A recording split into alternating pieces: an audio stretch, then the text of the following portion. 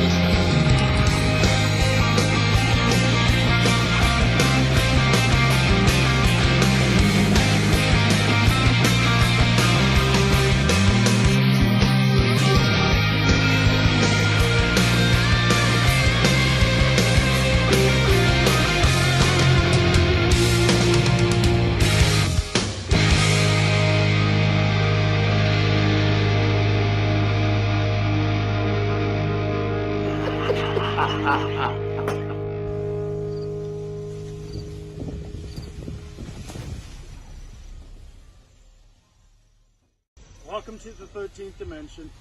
If it's paranormal, Or beyond. We got it covered.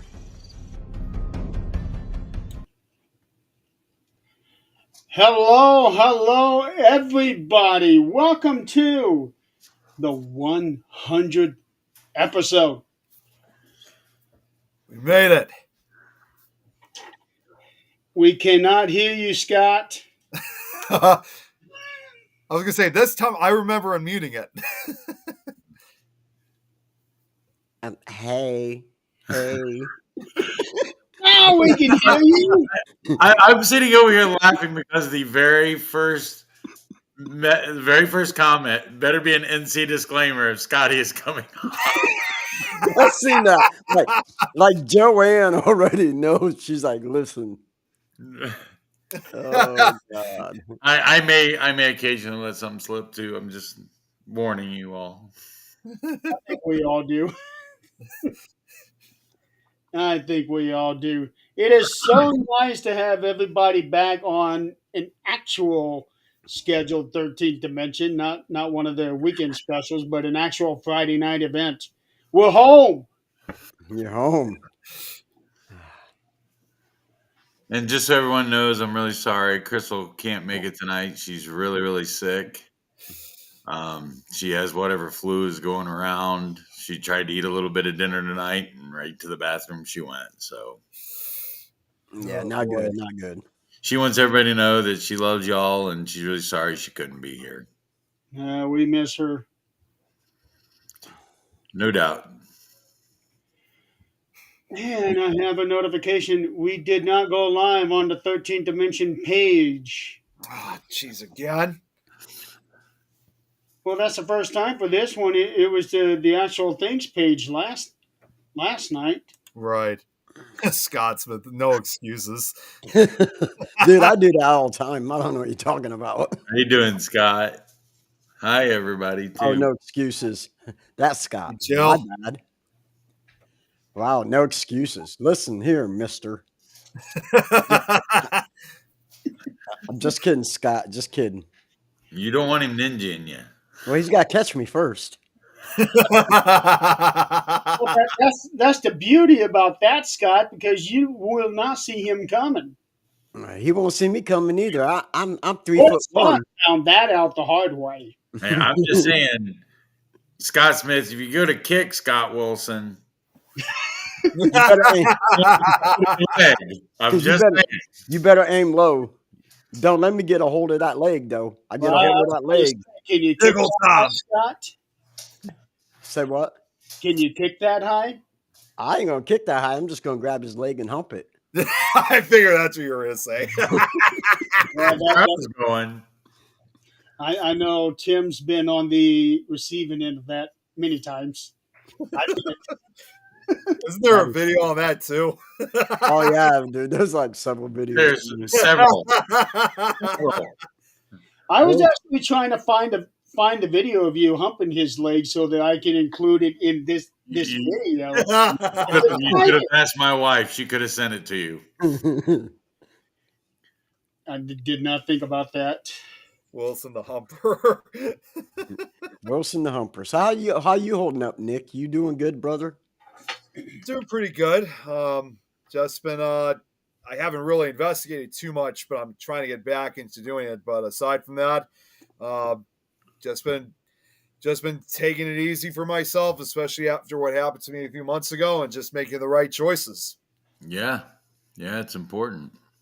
But just had a angiogram a few days ago, and it was to just do pretty much one final test on my head to see how things have been, and they've said the chances for something like this to ever happen again is extremely small. So they to this day they still don't know exactly what caused the 2 brain bleeds, but it's just probably one of those things that I think we're probably just never going to know the answer what caused them. But the chances of it happening again is little to none.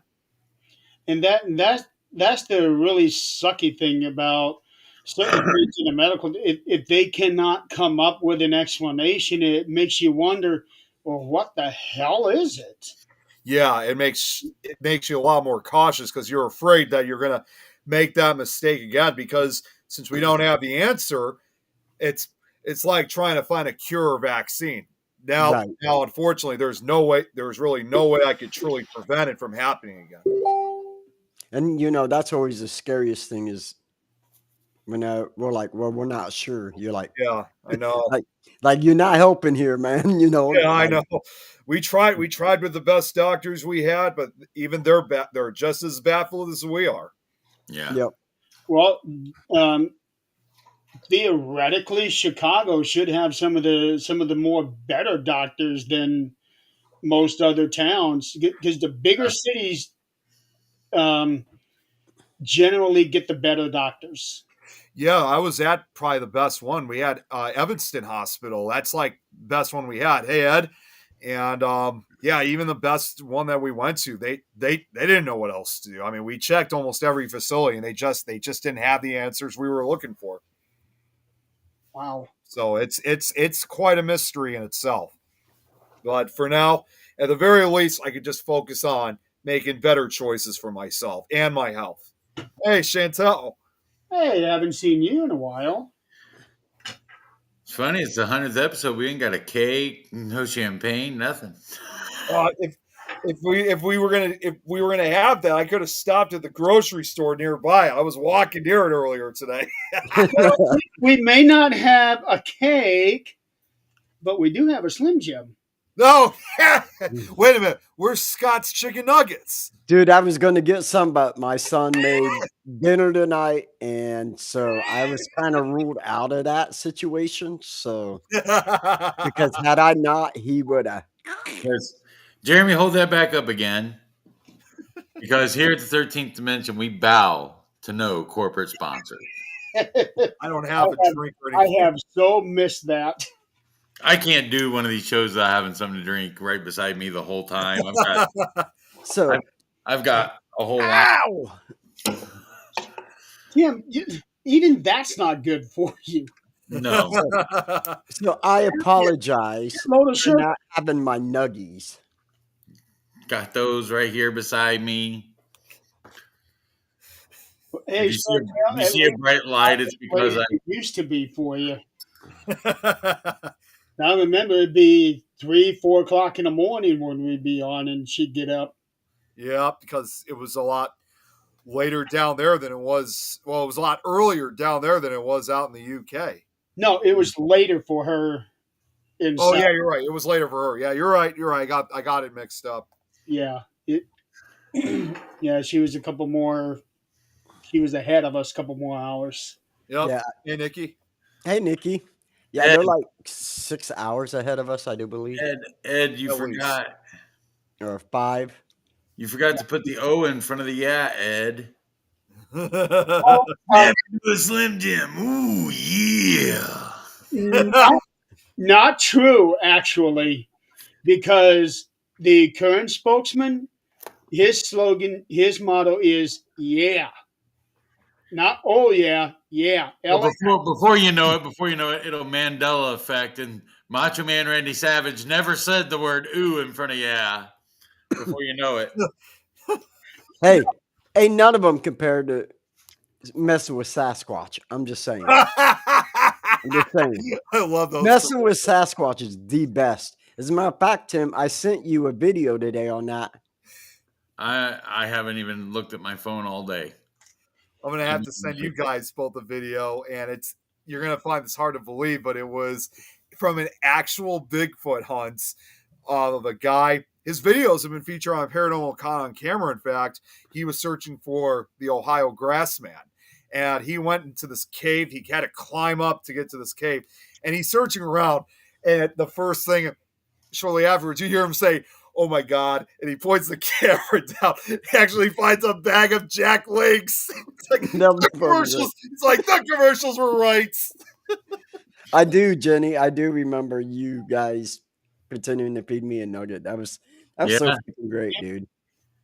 There was another night, and this was me, Jenny, and Crystal. Crystal would give me the nugget through the camera, and then I would give that nugget to Jenny through the camera. Yep. And on video, it looked real. Yeah, It did, dude. I remember that. Holy cow. Absolutely. it was pretty fun. we had so much fun that first year. We were We had a lot of fun. I've had a lot of fun on every one of these shows. Either I learned something, or I helped somebody else learn something, or I mean, to me, it was just so much fun doing all of it. see for me. It was just people. I help people learn what the fuck is wrong with that dude. Like that's like Hey, who, Scott, That's a little bit of all of us. if it makes you feel any better, people were already thinking about that about you before the show even started. true. But those who never met me just kind of were like, "Dang, like this dude right here." Oh yeah, good times, So, and I'm I still really loved the intro video, Jeremy, seeing how much darker gray or how much lighter gray my beard has gotten over the years. speaking of that intro right there at the very beginning, where I'm typing, doing the typing, that is actually footage of me typing the 13th Dimension novel. oh, right on, dude. Awesome. Yeah. I have finally started. It is going to be a 13 book series, and I'm actually getting towards the end of this first book. Wow, I can't even type a page of stuff, and this dude's wanting to do 13 books. Huh. This is my 10th novel, Scott. Wow, dude. When I finish, my goal is to be done with this before I take off for Louisiana, which is a week for tomorrow. And my goal is to be done with that so I can just work on nonfiction stuff while I'm out on the road. Because nonfiction yeah. goes quicker. Yeah, I don't have that kind of imagination. Sorry. You're factually right Imagination. about it. I'll tell you what, this one was really hard to do because I went through 4 drafts of trying to figure out how in the hell am I going to do this story. Because with it being 13 books, I got to come up with something, and Might be better to write one book and make it as a collection of 13 short stories. I could do that, but no, I want, like what Crystal said in the intro, epic. Hi, Chrissy. Yes, man. Chrissy's in the chat. The Haven't seen you in listen a while. queen. Listen. Listen, Chrissy. Queen. I don't remember the last time we even said that before. Hopefully your knee's feeling better. It's either listen or Jesus take the wheel. Jesus, take the wheel. Yes, sir. I just know listen. That's it. I didn't know there was that too. Yeah, I know we all need Jesus. she says Jesus takes the wheel almost as much as she says listen. Oh, yeah. Especially if she's around me. Well, she says a couple other things too, but not just that. But She does, but those two are Just a more. little, Chrissy. Just a little. I was gonna say. I guess I just haven't heard her say it. Oh yeah, dude, it's amazing. Well, Ugh. to be fair, she hasn't been on a show in a long time. Yeah, it's been quite a while. Yeah. I do know that she did have a Listen Queen show, Yep, but that was 2 about a years. year and a half ago, I think. Year and a Yeah. half, 2 years. Crystal just said it right there. Her other catchphrase, I can't with you guys. Yes, That would be yeah. that is a very common phrase. You throw me, Scott, and Jason in the same room and chaos just ensues. So let's talk about the 13th dimension. Okay, None of this would be possible without this guy right here. That's true. He was the brainchild behind it. no. So speaking of stories, Scott, So this guy, you came up with the name. I just came with the podcast. I came up with the name, but you chose it. Well, And then for some reason, they decided to bring me and Crystal in on it. Even though we were never supposed to be on camera. Yeah, that lasted all five. About an episode and a half, 2 episodes. Yeah. Yeah, I think. Let's see. Crystal's first appearance was when we had Jenny on, and I think that was episode 4. I was on as a guest for episode 3, Yes. I think. Because we talked about Vlad the Impaler. I remember that That episode. wasn't episode 3. That was when Nick came in. Yeah, it was. I was gonna say that later episode when you talk about Yeah. Vlad, and I just remember just being like so amazed by how much you knew about Vlad, Tim. I was just like, at the time, obviously, I didn't know that he was actually part of the crew. I was like, you gotta bring this guy back on. He's so knowledgeable about this stuff. Well, Vlad is kind of part of my past, you know. Yeah. Something You call it your one-trick pony. yeah, kind of. One trick pony. It's just he's the guy from history that I know the most about because I've studied the most about him, and you know, it's just one of those things where I like the dude. He was cruel and he was mean, but he had a way of doing things that reminded me of Gen X, I guess. Yeah, he had to be. But no, Tim, your first appearance was on the Halloween special. Was it? Yeah. Oh wow. Okay. When you came up and like that was your first appearance. Freddy Krueger. I Yeah. still have the costume. I still have the mask. So Scott, why don't you tell us all the story about what was going through your mind when you thought I used to host my own radio show? You know, for the longest time, I wanted to do a podcast, and I tried to do one. Oh man, probably 6 years ago or so on Wix, and it was called the Paranormal Roundtable.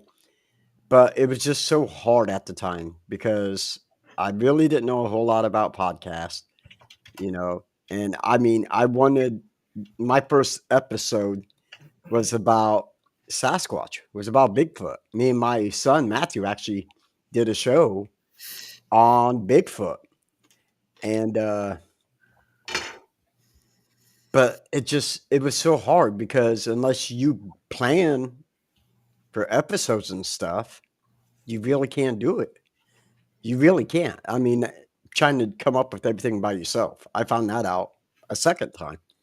So when you asked me to come out of retirement to do some paranormal investigation, that was the one stipulation I told you that if I come back out of retirement to do paranormal investigation, that you had to do a podcast with me. And you're like, you gave me that what the fuck did you just say?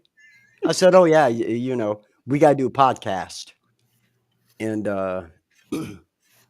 you and I agreed to it, and we actually sat down with Sunshine and Misty Pearl, and I think we came up with like 5 pages of stuff to talk about. Dude, I mean, it was a lot. It was a lot. That meeting was 4 hours. Yeah, it was like 3-4 hour meeting, dude. Like I said, they brought Crystal and I on to do a little research and development. We ended up becoming part of the show, and Jeremy had been bugging me for other way. There you go. There you go. Jeremy had been bugging me for years to come And into the paranormal world, and I had no idea at that time that you guys even knew each other. Yeah, you had no clue. Scott and I have known each other for God. I think 30, 20 years at that point. 51. Yeah, it's got to be at least 32 years or so. Yeah, we've known each other a long time. We've known each other since high school, so he's older than I am, though. But I'm better looking. And I got more hair. I have no quarrels. I have no argument there. He's got you there. He's got more hair. Yes, he does. I mean, look, even Nick's growing his out, so I told Yeah, I've been growing it out quite the amount. as a lone bald guy here, I will say. Actually, Tim, I was gonna say, wait a second. Tim, in 2 weeks, you will not be the one with the least amount of hair because it's that time for me. Yeah. But And I got to tell you, I am ready for this to go. as the only natural bald man here, as the only follically challenged man here, because you can still grow hair.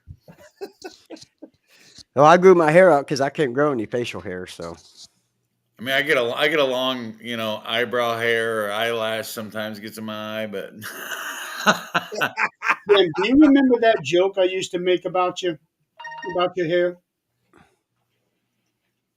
How you were so smart that your brain swallowed up, it pushed the hair out of my head. you pushed the hair out of your head. I can tell you the truth. I can honestly tell you the truth, and I mean no offense to any of the women here at all. But I raised 3 girls to the teenage years. My hair did not fall out. What I didn't rip out went on retreat. That's an interesting right. way to put it.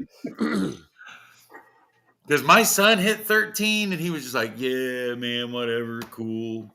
My girls hit 13. It was, oh my God. Shut up. Now, tell the truth, Tim. Are you still trying to do that? Still trying to do what? Still trying to pull hair out, even if it doesn't exist? Occasionally, I just grab it here and yank. It Yeah, kind it used to be of much reminds me of longer. that.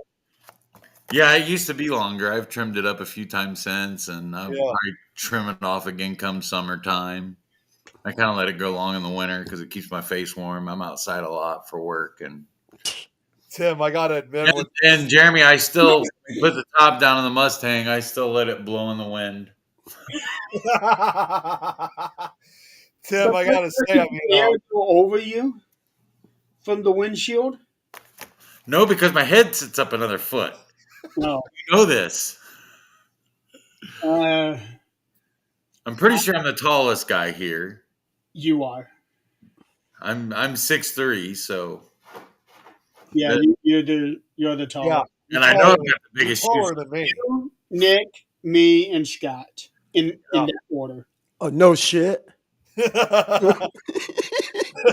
I've got I thought I was the tallest. Damn it! for anybody in the comments that don't know me or don't know why they call me the balded Sasquatch. I'm 6'3", I'm bald.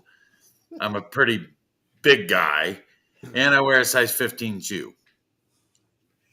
Tim, I gotta admit, by the way, I mean, what you just said, like when you were talking about the hair pull, it reminds you of that Simpsons episode. That's the reason why Homer's bald, is he ripped his hair out after he discovered Marge being pregnant. I just kept getting flashbacks for that. Yep. Kids will do it to you. Now I have grandkids. Can you believe that? Boy. I'm Pappy now. That's what I should change my name to, Pappy, the rare balded Sasquatch. I can do that for you. Be my guest. Be my guest. Nick knows that I love to change people's names. Yes, you do. Yes, you do. My grandkids call me Pappy Tater. Wait, Pappy what? Tater. Oh, Pappy Tater. Okay. Oh boy. So years ago, Crystal got the nickname from her brother, Crystal Pickle, because he couldn't say Crystal when he was really little. He could only say Pickle.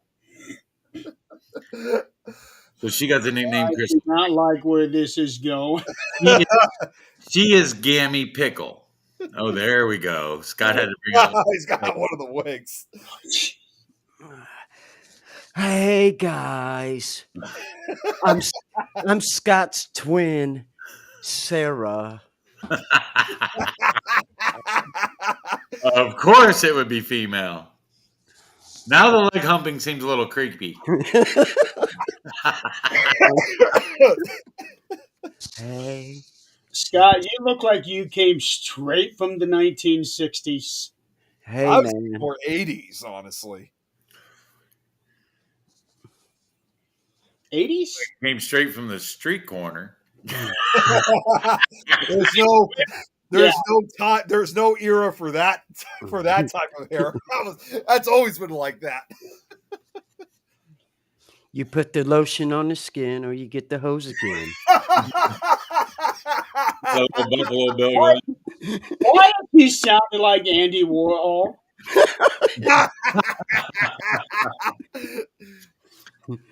Oh, Adrian said, "Where's the blonde?" Where's the blonde? I couldn't find it. I mean, I was looking for the pink one too. In this case, blondes do not have more fun. My Oh, wife said I need to borrow that hair, that wig, so I Right. can. Role then play. again, Scott said it right. It puts the I don't lotion know. on I his guess skin, role or else play he or gets the something. hose Apparently, again. he misses his hair. Hey, Tim, when I shave my hair off, do you want it? Hey, it would. I think we talked about that once. I will stay gracefully bald. I was gonna say, can you imagine that? But it would match. Imagine if Jeremy actually did give his hair to Timothy Ward. That'd be an interesting appearance. Well, it would I match would- Tim's At this point, so many people know me as being bald. I think I would look weird with hair. It's not high enough for the 80s. And it's the exact opposite Right. for me. Everybody is familiar with me with hair that sometimes they don't even recognize me. And Tim knows this. I actually got stopped at work by HR because she did not recognize me right after I shaved my head. She's like, "Hey, who are you?" And when I started talking, "Oh, you shaved your head?" How long you been growing your hair back out, Jeremy? It was September of 22. Dang. So 2.5 years, little over 2 years. That's crazy, dude. Yeah. And it's that long. I still remember when he did the special where he was getting his hair cut. And I do too. Yeah. Yeah, well, and I arrived late because I think before that we were celebrating with one of my family members' birthdays, so I arrived late, and that was after when he already had 3/4 of my hair off. yeah, that's when he had most of it gone, and I just like in shock. I'm like, what has she done? Yeah, and I'm just gonna grow like this strip really long, where I still have hair, and then I'll just. no, you Oh, yeah. you do not want to do that. You're the old Gene Katie comb over. And as I do recall, when I shaved my head, I wasn't the only one that did it that night. Yeah. I did. From my I would have. my friend Stacy, who She don't need to. Yeah, but then let's not forget. Then next thing you know, everybody started pressuring me to shave my head next. You did. yeah. Oh, my it's friend- like so hard to get him to do it. I could have shaved this off. They were even saying they wanted to start like a GoFundMe to get my head shaved. Yep. Dude, and that you know what? You should have took people up on that. Been like, listen, $500 and I'll shave this Yeah. amount, dude. There was I'm an just actor saying- that actually did that for a movie. It was the Hills Have Eyes remake. There's like one of the mutants who's like she's like completely bald. She's only like brief in the movie, but she shaved her entire head off because she was going to get paid $1,000 for it. Dude, that's what I'm saying. Like, I should have. Now looking back, yeah, I could have. Yeah. Now I realize I Dude, could have gotten. And I'm doing this shit for free. yeah, bro. I thought I taught Like- you better than that. Jeremy's like, I need to find a rich kid to donate my hair to. Yeah, Scotty, just like you taught me to go get a lawyer. And then what did we talk about 2 months ago? That is, yeah. I kid you not. 2 months, right before Christmas, 3 months ago, about we was talking about workman's comp and everything, and so I asked him, "Do you have a lawyer? Why do you think I need one?" I just went off on. Yep, he did. He did. You're the one that told me to get one. He did. I did. Yep. Chrissy. Oh yeah. Sounds like everybody. Yeah. But now I'm back to work and I'm back to work. How is your bicep doing? What they say about it? They say it's the biggest they've ever seen. So, 27.5-inch python, bro. No, it's Full arm. He wants to have a word with you. I'm talking millimeter, but no, it's good. I have a slight tear in my shoulder, but nothing that requires surgery. So that's good. So you got lucky. I got extremely lucky, but I'm getting older, so eventually I will probably have to have surgery. It's a good thing I'm ambidextrous. I am not going to ask you. I think the same thought went through mine and Jeremy's brain at the same time. No, I'm just kidding. I'm Not not. like he was cheating. They call it the stranger. I'm just saying. It's kind of weird how that kind of travels with us, because I had shoulder surgery back in 18, and then Tim had one 2 years ago. Yeah. Well, maybe 3 now. That's weird. I know it was after I had my little incident. It was 2021. Hi, Heather. No, that was before. Hey, Heather. Hi, Adrian. No, I had my shoulder surgery in 2021. Okay, that was before what happened to me. Yeah. Okay. Yeah, because you ended up leaving work about a month or so before that happened. Yeah, that was before I left Edie's. So I gotta ask, Jeremy. When I asked you to be on the podcast, what went through your head? Tell me about that, man. I'm gonna hear that. Oh man, shit, that's been so long. I can't even remember. I do know that I wondered if I would be any good at it. Because I love being interviewed, but I wasn't so sure how I would be as an interviewer or trying to educate on Right. certain things like what we had done for some of the episodes. I wasn't really sure how I would do, because I had never looked at myself as an interviewer or as somebody putting himself out there like that.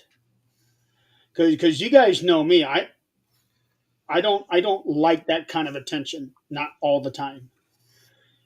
Maybe every once in a while in an interview, I'm good with it, but I never saw myself as trying to do something like that on a weekly basis. I get that. Yeah. But that ended real quick. Oh yeah, dude. Interviewing people always came natural to me because I was in radio, that's what I did. And so it kind of came natural to me to interview people. Mm-hmm. I get way more nervous in shows like this where I don't have anything pre-planned to talk about and I don't have anything set up and I'm just kind of free-flowing with things. And like I've said a million times, this face is not made for camera. It's not made for TV. That's why I was in radio. My voice is good. To this day, I still think my voice is fairly decent to do radio. But to interview people came very natural to me. Being the one being interviewed makes me extremely nervous. That's my one thing I absolutely hated about the Vlad the Impaler episode, was that I just rambled for 2 hours and you guys just had to sit there and listen to me. I'm so sorry. No, I'm not, because that's what it's all about. That's why we get people on who can talk a lot, because then I don't have to fucking talk a lot. I'm just That saying. is why I love having guests on that can go on and on and on, so I can just sit back and That's what I'm saying. And when you we get had a somebody, guest do that to us. yeah, We did not get a chance to talk for an hour. Remember that one? yes. Who was that? Was that Tim? No. He ended up coming in about halfway through, but that was David Tier, Yeah. the backyard ufologist. Yeah, dude. Yeah. This dude talked like an hour. I think we said like one word. He just went on. You know, and what I liked about it all was when you get people like Tim and Nick, these guys that are just so incredibly intelligent. And like I said, you ask them, don't even shake your heads. No, shut up. You know, you ask The them a whole question, farm boy. you ask them a question, and they're going here with this, and they got like 50 different little stories to go along with that. And I'm like, yeah, boy, like keep going. We're gonna get done through this real fast. I remember when we brought Nick in for the first time, Dude, that was absolutely amazing. and Right. he was just he was so intelligent and one of the smartest young men I've ever met. Oh, absolutely, dude. And literally, like It was every time I see Nick, and Nick will attest to this, every time I see Nick, I've got big long arms. I throw my big long arms out and wrap around him because he's just one of the coolest young men I've ever met in my life. He is such a big teddy bear. I that try my best to be. that was so random. And I remember at the time, I didn't want to bring him on because we had already been doing the show for 90 minutes. I was ready to get off the show. Yeah. But And he was nothing against you, Nick. Nothing at No, all. I know. It I was a know. long day. I was ready to go to bed. I'm sure Yeah, you he did. was. I'm sure you were. And we brought you on, and dude, he was just so engaging. yeah, we ended up having one of the greatest relationships that we've all had. Yeah. I Yeah, agree. that was really something special, especially at a time when we were still confined to our homes during COVID, when we weren't Yep. able to go out to like our paracons and events and stuff like that. So to be invited on, I was super. And you know what was funny was because I always did this for the longest time. Whenever I came across new podcasts, I always went through this kind of ritual where I would watch at least 3 episodes live when they were on, and then I would contact the show host directly and ask, hey, if you guys ever need more guests, I'd be more than happy to come on if you need, I'd be more interested to do that. And that was going to be my original plan when I started watching this thing. Okay, I'll try and message Jeremy and Scott within 3 weeks or so. But instead, it was just like, boom, like, geez. Well, You were that already on. We're yeah, like, that got cut let's bring short somebody immediately. on. How about you, Nick? You want to come on, man? Send that dude a link. Come on, That Nick. was Toy's idea. Yeah, It just came out of her, yeah. and you came on that season like 5 or 6 times. At least. And I still remember when I was suggested to coming on. See, I was downstairs here at first, and I didn't have the laptop that I have now, but as soon as I heard that, I literally had to run up all the way upstairs, turn on the computer, and I mean, I was like in a terrible rush, and I'm almost like barging through the basement door. I'm like, sorry, I got a show I got to join. Yep, I remember that. But you know, it's amazing because I look over here at the comments and just all the people that we've met through this, I the was just thinking the the same. connections and all the networking. I mean, if you would have asked me this 4 or 5 years ago, had I be sitting here with talking to people, I mean, besides Jeremy and Tim, who I knew, like, would I be talking to Tim or or Adrian or Chrissy or Michael, I would probably tell you no. So this has really just been an amazing thing. It really has. Yeah, to me, that's been the greatest joy is meeting all the really cool people we've got to meet and making new friends. And uh, oh, my wife just commented something to you, Nick. It says it was one of the best decisions we ever made to bring you on. It's truly a blessing knowing you. Absolutely. Yeah, and I can Absolutely. say the same for you guys. Yeah, I Yeah, mean, who would have guessed what would develop between us? Yeah, I never would have thought it that night. no, I don't and think I would have absolutely. either, honestly. and just sitting here reading comments from people I've never had the pleasure of meeting in person, but getting to read comments from people from all over the world. Yep. I mean, that's something special for us guys, and we really appreciate that because people that stay up, like they were saying, Chantel, Shan, Jenny. Jenny, and them, they're staying up Joanne, to watch us. yeah, Joanne, It's Nikki, Joanne, yeah, yeah. Nikki. I mean, and very humbling for me, and I'm sure it Oh, is for all you absolutely. guys. well, and I also remember too when I first met you guys. This was when it was around the time I was starting to try to really expand, our paranormal community to other countries you would never think twice you'd find, even if they were investigators, people that just had the interest in it. Yeah. Oh, And I was able absolutely. to do that. And just recently, I'll even throw it at a recent example.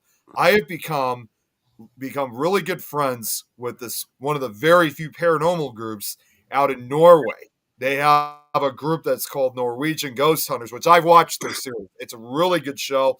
Yes, it's all in Norwegian, but just seeing another group of investigators like us, in this case, from a rare case like from Norway, and they also go to nearby Sweden too. It just almost goes to show how far we've really in this community worldwide. It's amazing to me. It really is. When you look at it, I mean, Jenny's from Ireland, you know, Chantel was living in South Africa. She's back over in England. That's amazing. You got Joanne from Canada. You got Nikki from Australia. Y- if Irene, it's Irene's in Japan. So to make those connections, Shane and them were in. Shane, Netherlands, yeah, yep. Netherlands, Shane, yeah, Shane and And Samantha. I let's mean, not, Our first ever guests. yep. Mary, yep, Mary And let's Williamson. not forget, of course, someone I work with closely now, Lois, obviously from Scotland. yes. Yes, Mary Williamson and Shane and yeah, Ravens Paranormal. I don't know if you guys are going to see this, but thank you guys so much for being the very, very first guests on the 13th Dimension. Because And we weren't even the ones that set that up. yeah, Jeff King was the one that set that up for us. he did. And I remember trying to learn all the nuances and everything too of actually running one of these shows. It can Yeah, dude. be producing everything while doing it all and getting the videos to time out just right with the intros and the outro. All yeah, that stuff. those first few weeks were a little challenging for all of us. It's a learning curve for anybody out there that wants to start doing it on their own. It's a learning curve. It was, and I think overall we had maybe 2 arguments. Yeah. That Yeah. At the end of the day, we all knew what we needed to do, and Yep. we did it. yeah, and I know that the original plan was it was just going to be me and Scott, but it just naturally progressed to where you two came onto the show, and I remember a time where we were going to do a rotation where I take 1 week a month off, Scott takes 1 week a month off, and one of you two would fill in for us just to give us that little break. Yep. Yeah. And next thing I know, we're all on. We're all on. And you know what? And I think honestly, that worked out so well, at least for me, because we were able to complement each other and feed off of each other. We did. I mean, honestly, I have to say thank you to Tim, uh, because I believe you were the one that reached out to Russell Edwards. Yeah. And anybody that knows me, I'm a huge serial killer person. And to be We all able, know why. I wouldn't know why. And to interview somebody who finally was able to name Jack the Ripper that's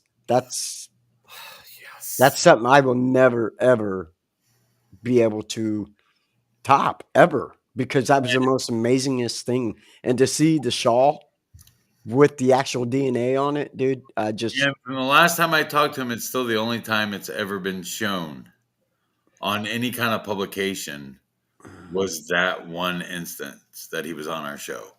Now, how huge is that? actually he showed it. Mary Williamson and Shane had him on the show, and he actually showed it on the show. I seen it. Good. But it's just that's just an amazing thing, though. It We really were is. still the first one though. So It is still absolutely still awesome. taking credit for that. I was going to say, I It was still remember watching it. That was my favorite episode of the show. I think that was the I have to greatest agree. I'm with episode that of the too. show. That was so good. I mean, it was like I was speechless after I watched it. Even though I was watching when it was live, it was just one of those shows that not only was I just couldn't make any comments about it. It was just like, oh my Technically, God. it wasn't a live show. Yeah, I know it wasn't, but you could still comment, when people were watching. Yeah. Yeah, I just couldn't, if anybody was having a discussion during that, there was just nothing I could say because it was just incredible. I just remember all of us at one point in time when we were doing that interview, all of us got getting choked up. dude, I remember that. Like your face, I can still remember. With that phone call when you called me right after you were done talking to him. Yeah. When we were on the phone for an hour and your voice was still shaking at the end of that hour. I mean, Yeah. I mean, I had tears. I was literally crying. Yeah. I still I've remember been- that. I was I've going to been say, extremely blessed to interview some really cool people in my career as a radio DJ, and I'm talking like big names like Prince, Jimmy Buffett, guys everybody in the world has heard of. Prince. Ooh. So what? But to this day, that interview to me will always be the best one. It'll always be my favorite. It'll always be the one person I've talked to in my life that really made me feel that emotional. Yes. As far as interviewing somebody goes. And I know that you guys have argued with me on that, but I have always stood by saying that I'm glad I was not a part of that interview, because what you guys did with that one was perfect. I can still remember, again, another thing I can recall from that episode was you guys, again, I think my reaction was probably the same as yours, was just, I've never seen a show where everyone's mouths were like just almost drops. It was like you guys were the same way. It was like you were just like, oh my God. It was just, I'll never promoted. So I'm not gonna lie to you. I promoted the crap out of that show. yeah, it was totally worth doing. Before it aired, we all promote. I mean, I remember going in and signing, like going onto Facebook and joining all these Jack the Ripper enthusiast groups and getting absolutely blasted. Yeah, I remember that, dude. How many groups did you get kicked out of, by the way? 4 or 5. I kicked out of 4 or 5. Well, they must you have know, really known. But that's the thing. These groups, they don't want to know. But going ahead, Tim. But this is the thing. If you go now and Google who killed Jack the Ripper, Aaron it will Kaminsky talk shows up. about the very story that show talked about. Google now answers that question with his results. Yep. So in the grand scheme of things, case dismissed. Yeah. Aaron Yeah. Kosminski killed all those women. And we landed that interview. Bam! Yeah. That should have been like a true historic moment of like something that's been almost unquestioned for almost over 100, about almost over 135 years. Just him. And Russell would never that ask was me. a historical moment. Yeah. Russell would never ask me to do this, but if you haven't read his book, buy it. You can buy it directly from him. He's got a website on it. His name is Russell Edwards. He's on Facebook. It's called Naming Jack the Ripper. It's an excellent book. I've read it twice now. and you can contact him directly. He'll send you a signed copy. That's awesome. Let's see. I am going to put. Okay, I got the Amazon link. But yeah, I'm just saying he would never ask us to plug his book for him, but I'm going to plug it right now. And that was also another beautiful thing about that interview is that he did not once plug his book. No. Not once. Not once. Nope. I did. And I think that's one of the most amazing things. You know, this guy wasn't out to sell his book. He was just out to, yeah. Let's see. I'm trying to find his I got his Facebook profile. The website that he's got listed on his Facebook is Jack the Ripper Tour. Yeah, he also does tours, and he also has a comic series out now. Really? Does he? Comic series. Yes, he has a comic series out now. Yeah. They can do some really cool things with that one. Yeah. Excuse me. Well, He could actually adapt his book into a graphic novel. Yeah. Yeah, definitely. and the truth is, he was such a nice guy to do all that, and he even came on the live and answered people's questions during the Yep. show, even though it was so late for him to be up and stuff. So, what an amazing guest! What an amazing person! And, That- you know, By the end of that show, it was already 3 a.m. for him. Yeah, it Yeah. was. yeah, it was pretty late. Such a nice guy, and Yeah. and a really giving guy, and being my favorite book to read of all time is Sherlock Holmes. I've always loved Sherlock. I've watched all the movies. Watched all the TV shows, even down to the BBC stuff with Benedict Cumberbatch.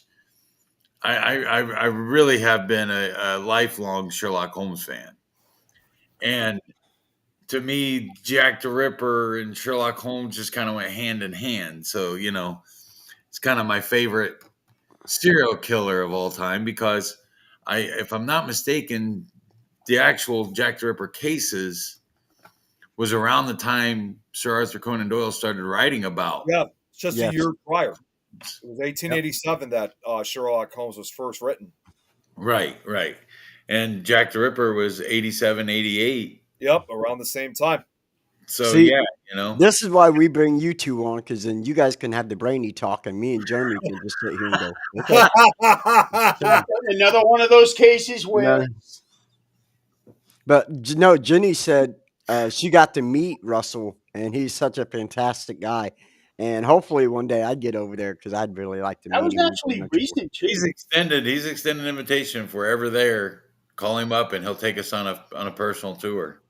That'd be amazing. We- Hey, I'll be we right back. are doing a 13th Dimension World Tour. That Dude, would be a lot of fun. I would be down for that. Yeah, and we'd always said Ireland would be their first stop. Jeremy, when you strike it rich and hit the lottery, let me know, and we'll all go. I was saying this. I was talking with Jenny earlier, and I was saying to her, I'm not even joking, but ironically enough, my mom's side of the family has been considering about wanting to go to Ireland. So might have to bring my whole family with if that's the case. You know, They I wanna would check just out- love to see the scenery. Just not worry about any landmarks or seeing any specific people. Yeah, Just seeing the hills and all the little shacks and everything that Greenfields. Ireland. Shit, y'all know me. Just get me a stool at the pub. We're good. Somebody was posting a picture. Pint of Guinness and some shepherd's pie, and I'm down. Somebody had like a screenshot of England, Scotland, Wales, Ireland, and it showed, okay, here's where all the pubs were at, and the entire thing was covered in red arrows. Oh my God. Wow. Yeah. I was actually able to find it last night. I seen it a week ago, and then I saw it again last night. I should have stayed. I have no problem going to the pub. Yeah, she says it's green. We have lots of, which I'm not surprised. Like I said, pint of Guinness and a. And a lot of people are, and believe me, because I've learned a lot of this from Jenny. Considering we got St. Patrick's Day coming up in less than a week or so away, I actually found here's the old history factor. I think prior to the 70s, they always used to close down the pubs on St. Patrick's Day because everybody drank. But now, of course, they don't do that anymore, and it is actually celebrated in Ireland, like in the downtown areas.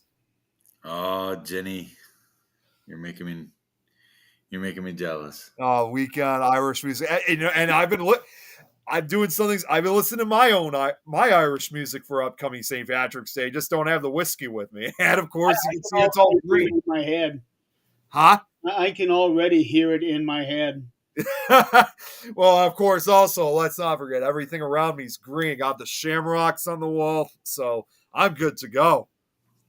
And also, since St. Patrick's Day is now a little over a week away, I think that's also the reason why the gas prices have gone up 40 cents a gallon today. Oh, yeah, that tends to happen. No, it's just talking about holidays, all the crazy stunts we pulled for different holidays and stuff over the years. I saw that in the opening videos and just started laughing and Irish music, whiskey in a jar. I know there's an Irish song that's actually the very first song I have on my phone, my music list, in fact, by the Dubliners. That makes me glad I'm not actually going to be on the road on St. Patrick's Day. I'll be in Mississippi. They might celebrate it down there too. Well, no, I'm not going to be on the highway. Oh, on the highway. Okay. Yeah, that's what I'm getting at. Because if there's one day that you don't want to be driving anywhere, it'd be St. Patrick's Day. No, I want to go to Ireland. Jenny knows I want to come up to Ireland. Yeah. And I'd like to go to Canada and see Joanna and hang out with her. That makes two of us. Oh, I love Canada. I was close to Canada last year when I went to the Michigan Paracon. I mean, I was literally like 10, 15, 20 minutes away from the U.S.-Canadian border. We'll go to the bar. I'll drink a bottle of Moose Head and eat instead of shepherd's pie and Guinness, I'll have Moose Head and poutine. I just told Jenny this earlier today, but we had there was a guest that was at Michigan Paracon, when I went to last year. I don't know if you guys know who Victoria Monday is. Yeah. Nope. Oh, she's a really good friend of mine. She's also been a podcaster. She's hosted with Mike Ricksecker in the past, and because they were not too far from the U.S.-Canadian border, they decided they wanted to go to Canada just to see that they showed up. So they went to Canada, and they were probably there for maybe 20 minutes, half hour or so, and it was like midnight. It was midnight. It was like way late at night, and after they were done, they were going to head back to the U.S. Well, unfortunately, because it's just like you see in the southern part of the border, they have like gates and stuff. Yep. It's not that easy, of course, to get in and out. And just like those traffic booths you see like on the highways. Oh yeah. Where they have like the green lights that say that they're open, red lights are closed. Well, it's the same thing basically with this. They go back and they find every door to the border was closed. Oh, They that's were stuck in Canada. They were like, you might have to stay the night, but then all of a sudden one of those flashed green, and they immediately got that's to like the a end, boulder. like, you got to go now. And it took a while for them to get back into the United States, because the problem is, especially in this day and age, when you approach either Canada or Mexico, they think you're a returning citizen from those countries. So it's easy to get into those countries, but it's tougher to get back in.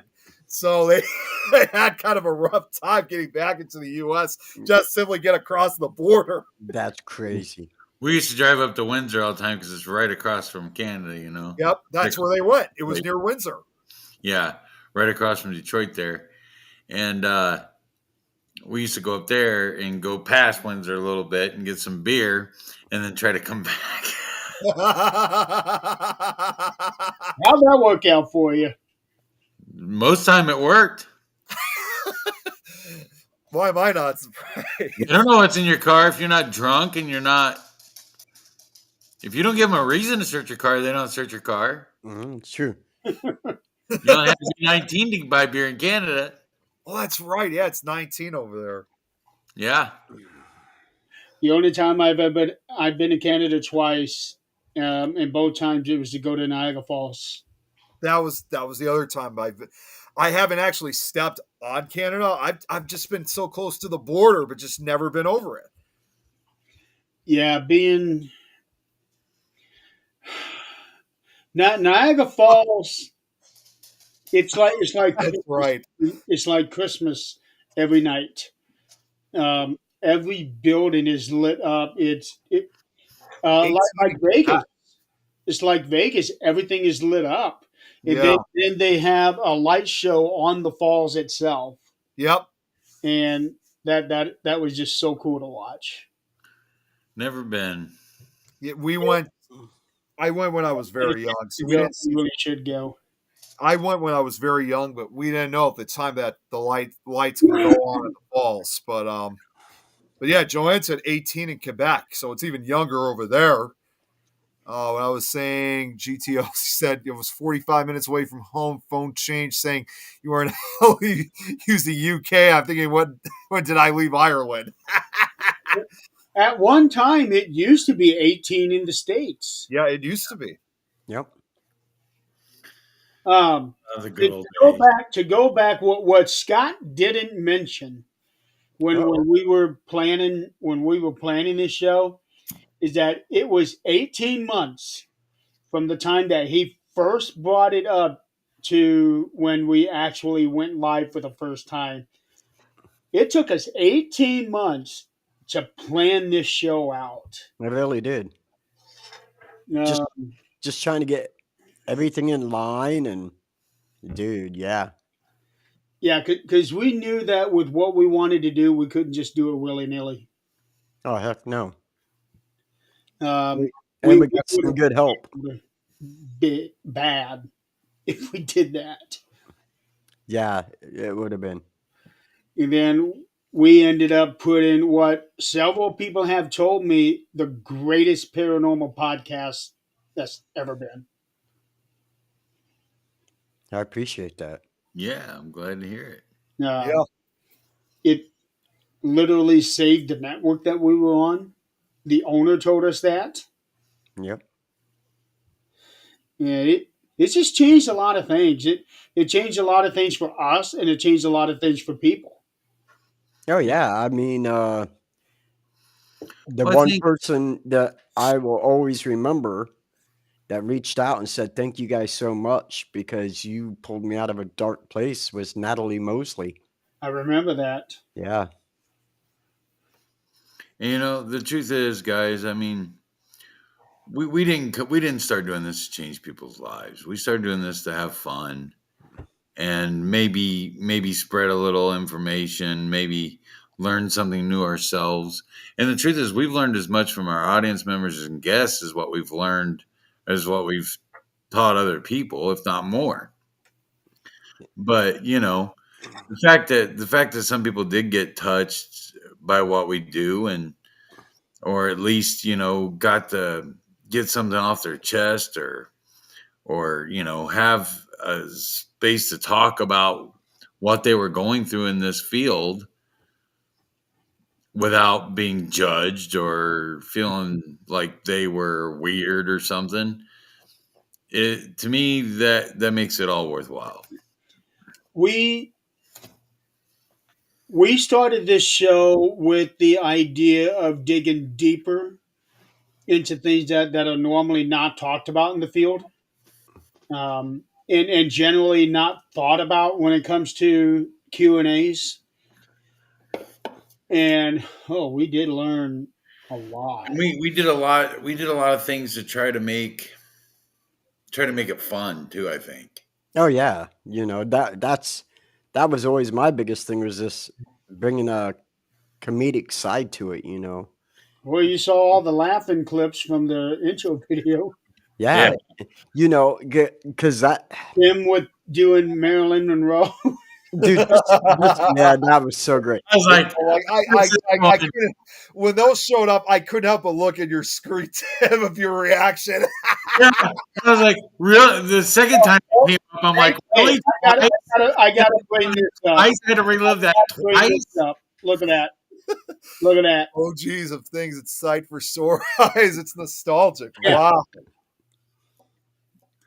That is awesome. Jenny, I am trying to get these guys to come back to the show.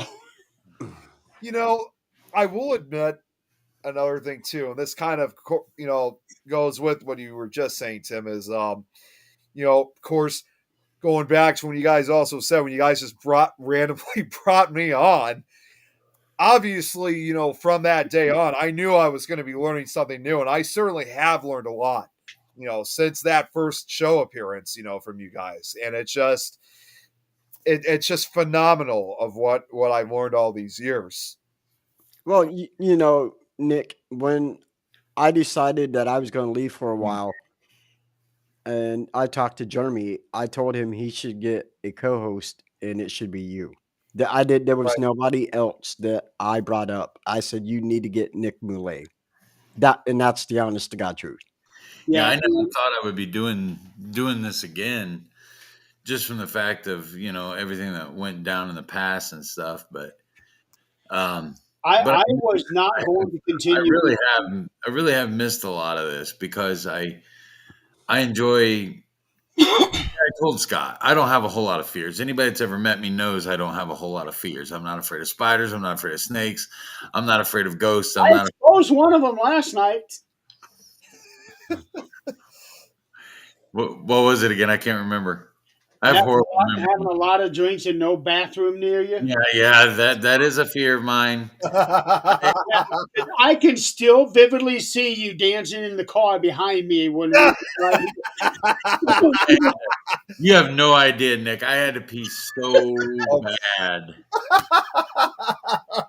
And to my defense that time, Jeremy, to my defense, it had been hours since I had seen a bathroom. Oh, I know, but that doesn't change the fact that you doing this while you were driving.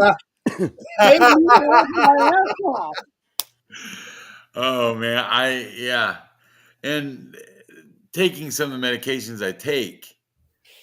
Anybody that's a diabetic will tell you that diabetes medication is designed to push sugar out through your urine. That's how diabetes medication works. And so yeah, when I'm not near a bathroom, I get a little nervous. That's why you carry a Gatorade bottle. But no, well, yeah, I've done that before too. We've talked about that too that day. But I have one other fear, and it's it can be pretty substantial. I have very bad stage fright. Yep. When I'm on camera, when people are going to see my face, I've always dealt with that. Let's go to Walmart crust. She's not lying. I don't mean to laugh, She's Jim. not lying. Yeah, she's really not lying. But Hold on. This reminds me of another clip the time when Tim was trying to talk, and if we said something, it echoed really Oh, good. oh my God, the echo with Oh, Holly. the echo. Yeah, I The remember echo that with one. Holly. um, Absolutely amazing. I was on and my Crystal was phone. yelling at me, do yell goodbye or something like that, and I echoed my own voice so that there would be a double echo on. He was mad that night because he didn't know what was going on. Because none of it was echoing on my end, of course. Yeah, you couldn't hear the echo, but we could. Yeah. Yeah, we knew you were mad that night, and she had to explain it to you, and then you got it. Yeah. I didn't get the joke at first. I didn't know why every time I spoke, they all started laughing. Look at that. Can't be a once off. We need this again. Yeah. It's just, like I say, and I do have a bit fear of stage fright and just being on camera. Sometimes I look at myself on camera because I'm like, Dude, you see this? you get a Tim, little. how do you think I feel? You still better looking than me. understand. I do.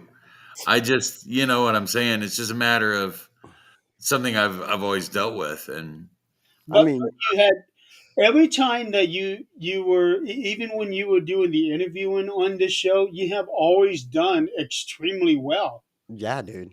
and Yeah. it's really funny. It's really funny to me because I know I can perform. I've done Shakespeare in the Park. I've done in New York, and I've done other plays and stuff in school and things. But I know I can act a part and I can do things. It's just something I've always been self conscious about, I guess. But I know like Scott's not afraid to tell people he's definitely afraid of spiders. Yeah, we established that last And night. other people have expressed their fears. I've always come across on camera, anyways, this guy that's not afraid of anything. I just wanted to, for a bit of new information for people, that's something I've always been afraid of. All four of us, we have our fears, and we know that, and that's okay. I don't know. Look Yeah, at this. you guys, Jeremy, I don't even have to tell you my fear already. Look, I mean, look at this. We all know your fear. We all know your fear, Nick. It is very well documented. You Yeah, and Eileen likes to toy with me a lot on that. You got, there we go. You got this guy over here, big sexy, just spread out on the couch with his green light going on. Wow, chicken, wow, wow.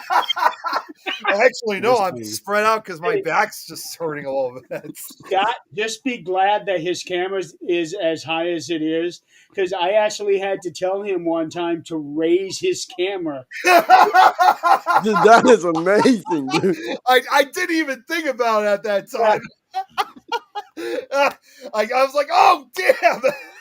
Yeah, because he was wearing shorts. Yeah, it was during the middle of summer. Dude, that is, here, let me tuck that thing. Hold on, my bad, my bad. Yep.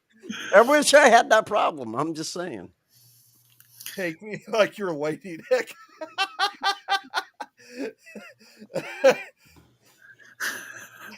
Uh-oh.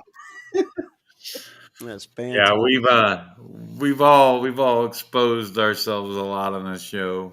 I've never exposed myself. I don't know what the hell Yeah. you're That talking was about. another beautiful thing of this show, because we didn't just talk about paranormal, aliens, serial killers. We actually got into some deeply serious stuff. Yeah. Yeah, we did, and not only that, but we had fun doing it. Yes. And that's what it's all about, If you can't have fun with your friends, who in the world can you have fun with? Yourself. Exactly. And I missed this. Now don't get me wrong. I absolutely love what I've got with Supernatural Talk. Oh yeah. But I need me some 13th Dimension High. Oh right. And you do have that I got high once. that chemistry. I don't know what you're talking about. You know what, Jason Wall, Uh-oh. bro? You're about to be told off, buddy boy. I got something for you, bro. I got something for you. We've all seen Scott in the green tutu. I'm just saying. Yes, we have. Well, he should come up if he's in a green tutu. This would be my basement's the perfect Yeah. place because it's all green. Nick, Yes, it you is. should be at Scott's house, and Scott should be at Nick's house right now. Right- In right the over green there. tutu. That, Do you have a white top that goes with that, Scott? I can get one. I don't even know where that green tutu's at. And then let your hair down and woo. You know, Did you see Tom's comment? when the last time I was actually on Jenny's podcast, I actually wore my kilt on her podcast. Uh-oh. Yes, I did. I didn't even know you had one. Oh yeah, I am actually Did you have a body part moment? Every leprechaun has a kilt. We all know this. motherfucker. I am 39% Scottish. I was going to say I thought the kilt was more for Scotland than Ireland. Yeah, I forget what the conversation was, but it was when we were talking with the Raven and started mentioning stuff about, I think, Ireland, and I said leprechaun, and he got on me about it. Did you say leprechaun? he did, dude. He did. I remember that. I don't even remember what we were talking about, but I mentioned leprechaun. He gave me Something about, I think it was like me being short or something, dude. no. Or Ireland, or I don't know. It has something to do with Ireland. I remember that because trying to think of something.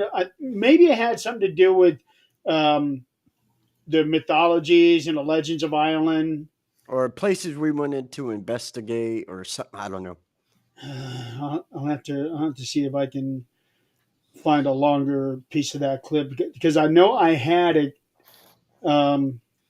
cut out because I had that when I did like a 10-minute clip session with some of our funniest moments, and that was in there.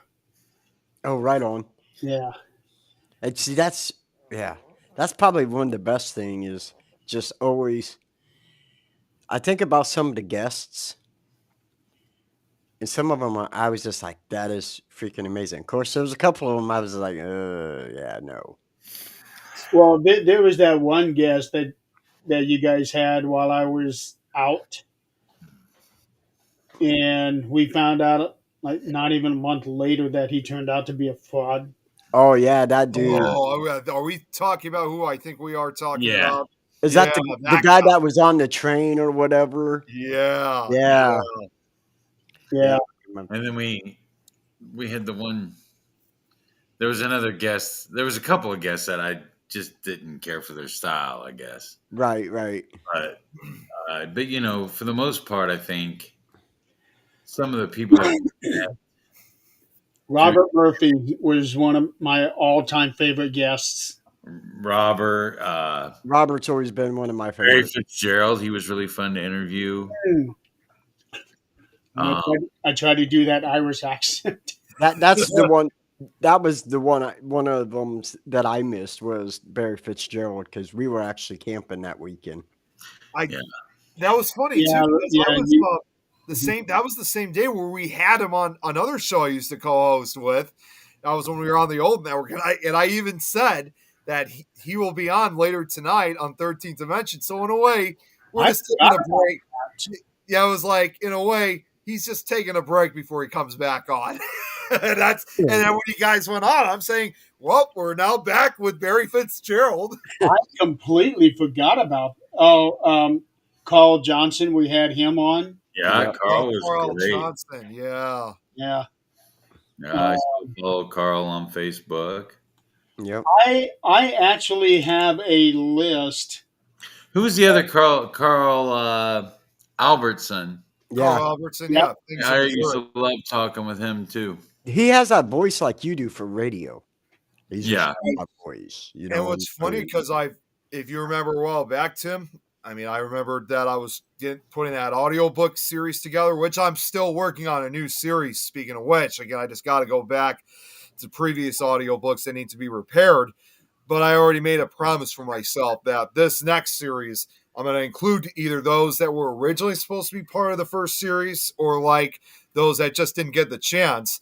And Carl's definitely among one of them. But I was also going to try to get you back because you didn't have the first opportunity. Hey, yeah, because I split my head open. Right. Yeah. So that had to be A given. bunch of bones in my face and couldn't speak for a month. Right. So yeah, that was just. Yeah, That was really nice. Jim and I talked. Oh, I didn't mean it like that. I was you going to did. say what? Yeah, you did. Let's see. Mm. Oni Pack, he's always a pleasure. Oh yeah, they're great. He's great. Yeah, Ernie Yep. and Denise and Ernie and Denise. Rick McCallum.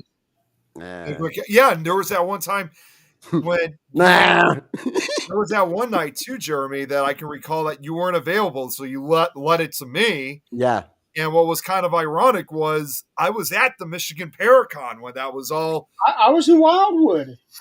Yeah, you were in Wildwood. I was in Michigan, but yet I was still willing to try to do the show the best I could. And that was, I think I can recall, that was probably my very first time I think I ever truly interviewed an actual guest on my own this time because I remember I was nervous when that happened, and Ricky was at that event too, and I know Ricky had some experience, so I had to get some help from him, at first to try to figure out how I could do this, Right. and then afterwards he had left, and before you know it, I was able, even though I didn't have like a whole list of questions like right in front of me, I just knew that best thing I could do was just try my best, and it was still a success whatsoever. Yeah, you did pretty good. Yeah. Scott had a local radio guy come on one time, but Hey, Zach Schuyler. yeah, Yeah, but his radio, his his internet was was just, really yeah. Yep. yeah, we've all remembered the internet connectivity problems. Oh, that's what also happened to me in Michigan was I was trying Tim to get has that problem. I was trying to get into the I got that studio, fixed. and it was trying to get into the studio, and I couldn't get in, and I started panicking because of that because I didn't want to be late and keep Rick waiting, and we had to move to a different part of the casino so I could have better connection. The spot where we eventually chose. All I got to say is I was so glad nobody was sitting there because if there were people that were sitting in that spot, I think I would have been in a lot of serious internet trouble then because I didn't know where else I was supposed to go.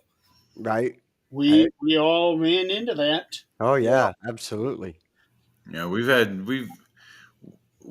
doing this show, from my point of view anyway, I feel like I've been truly blessed to get to know not only my friends better, but everybody else. I mean, literally, it's been a real blessing to get to talk to the people that we've got to talk to. Have we ever, Jeremy, did we ever interview just Adrienne Strippers. by herself? Or is she just Adrienne? I had her on the show one time. Did you? Yeah, it was just me and her. And what we were talking about for that episode was our experiences with autistic children. Okay. Because I didn't think we did, but I remember her coming on with a co-host, but I was like, man, so that's one person. All right. Yeah, I had her on myself one time. And then it was actually the episode that you tried to have Zach Schuyler on. Right. When his connection got bad, so Adrienne came on with you. She did. That's right. And I came on. And this was right after I got home. My mouth was still wired shut, and I was trying to talk to you guys. Yep. Yep. I remember that. Yeah. Oh shit! I'm looking at this list of all these amazing people that we had on the show. Ryan Seymour. Ryan Seymour was a good one. Ryan, for those who don't know, is the one that made the 13th Dimension theme song. Yeah, he did. Jeremy, can I interrupt for 1 second? Yes, that. My wife doesn't want to get on camera, but maybe she'll let you hear her voice. Give me a minute. She said, "Give her a minute." I just heard it. I barely heard her. Yeah. Oh, I heard her. Yeah, she's trying to make some medicine, some Theraflu, you got to heat it up. Yeah, it's not a 13th Dimension show without her involved in some way. Right. But usually she was in the background yelling at us. I remember towards the end of the show, 20-minute warning, 10-minute warning. Because you guys needed a chaos coordinator. She wasn't wrong. She wasn't wrong. We heard that. Uh-oh, look. Because Oh, you guys Shane's showing up. Hi, Crystal. Hey. Hi, guys. I'm Love enjoying you. it a little bit, but I can't guarantee how long I'm going to last. Love you. Hey, just that you're being here with us, that's a great thing. I've been watching in between my trips to the lovely bathroom. What'd I tell you last night? Huh? Nothing. I have insomnia. It comes with the. Oh, is that what it is? illness. Yeah. That's right. I'll be over tomorrow. You'll get plenty of sleep. Yeah, I've been sleeping just fine. That ain't been an issue. It's keeping me awake. I know. Yeah, insomnia really sucks. I had it real bad over the last couple of months. I think I finally got past that. So I can relate to you on that. It sucks. I have to give a shout out to just the people that have continued to follow the 13th Dimension podcast. I mean, there's been some dedicated people to it from Yes. day one, day two, you know. That Nate- guy. Yeah, Nick Moulet. It was just a know. random. Yeah, just some was- random guy. It was some random dude. We're like, we're gonna bring that dude on, and he absolutely killed it. I was like, Make you a star. damn. Yeah. And But no, we do. Everybody that makes a comment over here, we read it. You know, Or try to. Or we try to. We try to make sure we involve everybody in the show. It's one of the things that we started when we started off. We said we were going to do is make it interactive, make it fun for the people talking. Pull your comments up on the screen. Talk about your comments. It's one of the things that that I've always enjoyed most of all is, hearing what you guys say over here on the side and reading it and getting to know you as you get to know us. Yeah, and I'm not gonna lie to you guys. Coming in wanting to do a paranormal podcast, I don't know crap about the paranormal. I just wanted to talk to people because I'm a very social butterfly. I'm just saying. And if you've ever met me, I really am. I'm one of the craziest people you ever meet. I will make you laugh all night long if you We hang can out. all vouch for that. Yep. I'm just I saying. just want to know why we never had an episode now, knowing how much Scott loves karaoke. Why we didn't just have a Scott karaoke night? Listen. Listen, I've All listened that video that you posted last week of him. Of all the to one of videos, many. you had to post me singing karaoke. You had to do me doing Ghetto Boys of all the ones. I just grabbed one of them. I have like 6 of them from that night. Dude, I'm watching it. I'm like, what the? Why I mean, would I'm we not- saying the N word. I'm like, I know that's the first thing I heard. I'm thinking, I didn't even listen to the audio. I just seen you singing. I was like, that's it. And I just threw it up in my post. you might want to go back and check that one. I might. Maybe that's why my Facebook's been a little wonky lately. As much I'm as flagged. as much as this is not a face for television, this is not a voice anybody should hear sing. I don't know. When you Wow. sang YMCA, that was pretty good. Yeah. Always, man. the whole I'm just kidding. It was It wasn't in the Navy. YMCA. It was in the Navy. Yeah. In the Navy. You guys ought to hear because okay.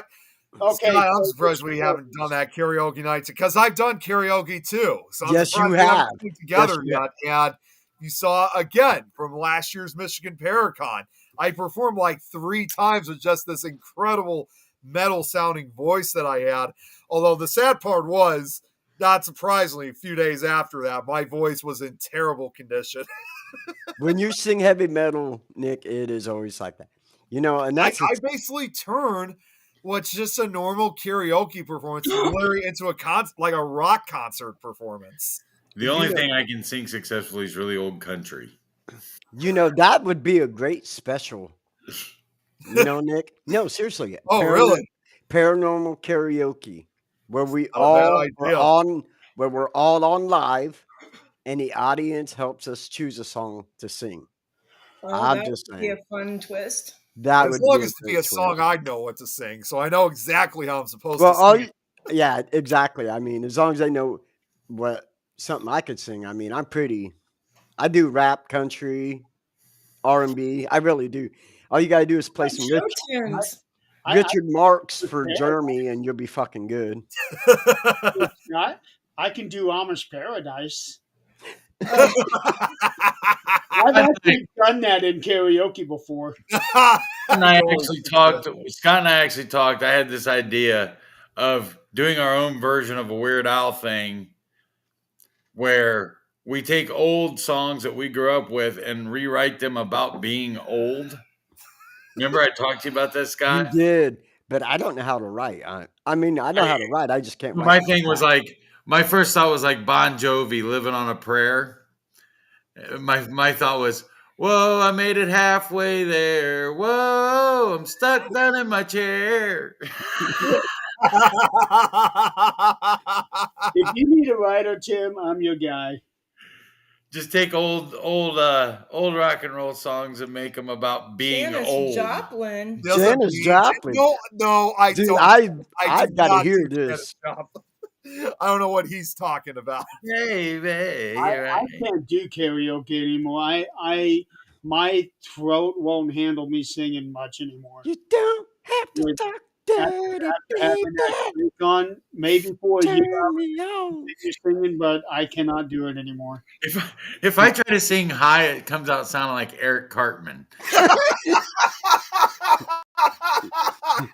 Yeah, you know, we had someone at one of the after parties of the Paracon who intentionally sang like Carmen. It was Dude, so you need to do damn the funny. Cheesy Puff song then. There was also there was one time, in fact, where My brother does a perfect Eric Cartman impersonation. God damn it, you guys! He does. Kevin really does. Yeah, his voice is a little higher than mine, so he does it a little better than I do. What's funny is all this talk about karaoke. When I was again at Michigan last year, there was one song in particular I really want, not necessarily metal, but it still had the heavy rock sound. It was by Neil Young, in fact, the song "Rockin' in the Free World" from the late '80s, and this was going to be my first time singing it, but I decided I was going to wait till the final night of the event instead of the night before. And what I did was I decided to practice a little bit because nobody was in the hotel room with me. So I went upstairs and I practiced. And just to make sure that I wasn't being too loud, I headed to the bathroom just to put more walls around me. And I was able to sing it really well. And then I actually sang it the next night, which was recorded. And after I was done with that, next thing you know, I ran into one of the big names, Brian J. Cano, in fact, from Paranormal Caught on Camera. Right. And he's with this woman that I've never seen before. First, Brian's like complimenting, telling me great job, that kind of thing. And this woman that's it's like, you're the guy that was singing in your room the other night, weren't you? Dude, that is great, man. I thought those rooms were soundproof. Clearly, they're Chris not. always gets on me for singing in the shower. Because you do it when I'm trying to sleep. Sorry. And you're holding a whole concert to the whole neighborhood.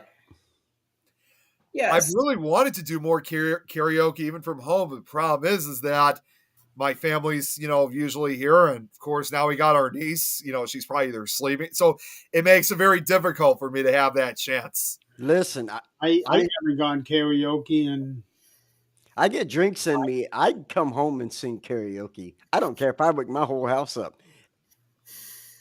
you're gonna suffer.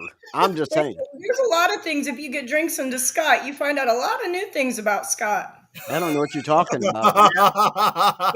But imagine what it's like being with him drunk at a bonfire.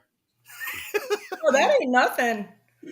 We've been I'm drunk not on even boats. We've been drunk in houses. We've been drunk at bonfires. Yep. We done some pretty stupid crap.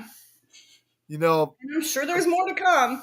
now it basically tells me that all these bonfires I used to go to when I was younger, which, you know, and I never took part of it, but there was underage drinking involved at bonfires. But that's telling me that that's nothing compared if I was to experience that with Scots.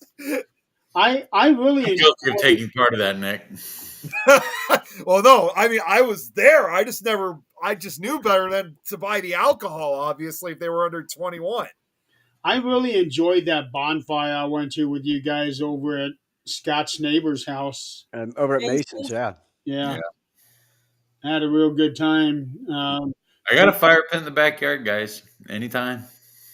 Let it You warm got up a little neighbors. bit. I don't. Yeah, that's the difference. So it's got to be at Scott's house. Scott can build a big fire. I can only build a little one. Bonfires have to happen at Scott's because there's nobody else around. If you're doing inside And I can go karaoke pee, singing and and I stuff, can you go can do it pee. here. And I can go pee behind the silo. You know, dude, absolutely. I mean, we can sing karaoke outside too. Remember, my speaker is Bluetooth. That's true. Here's another Nicole, another guest that we've had on the show. Yes, Nicole. I think we were her first interview. I was her what? I think we were the first show that her and her sister came on as a guest, Oh, right on. if I remember that right. I'm gonna And I, Oh, hey, Nicole. I don't even remember how we got half of our guests. I know Tim got Russell. Scott, I think you're the one that got Rick. Rick McCallum. Yeah. Was that you, Scott? No, I think it was Crystal. Mm-mm. Crystal, then it had to be Tim. I didn't reach out to anybody for guests. You guys lined the guests up, and then I would go through and research them. If they wrote a book or something, I would try to read it before they came on the podcast to let you guys know this is what's in the book. These are the cliff notes. I was always kind of the back half of the house. You Trying to were. feed you guys. And then you guys were like, hey, why don't you come in and join us? And then before I know it, I start appearing on more and more and more and more podcasts. Yeah, you did. Oops. I- No, not you. I still have the little scripts that you wrote on Oh, no. on this group page here that we have. I still have all of those things on here. There's even one that you wrote about Samhain, and you even wrote in parentheses how you're supposed to pronounce it. Yep. Because you guys kept saying it wrong. I'm like, listen, we're going to get ridiculed. This is how you say it. Hooked on phonics. Yeah, I remember that.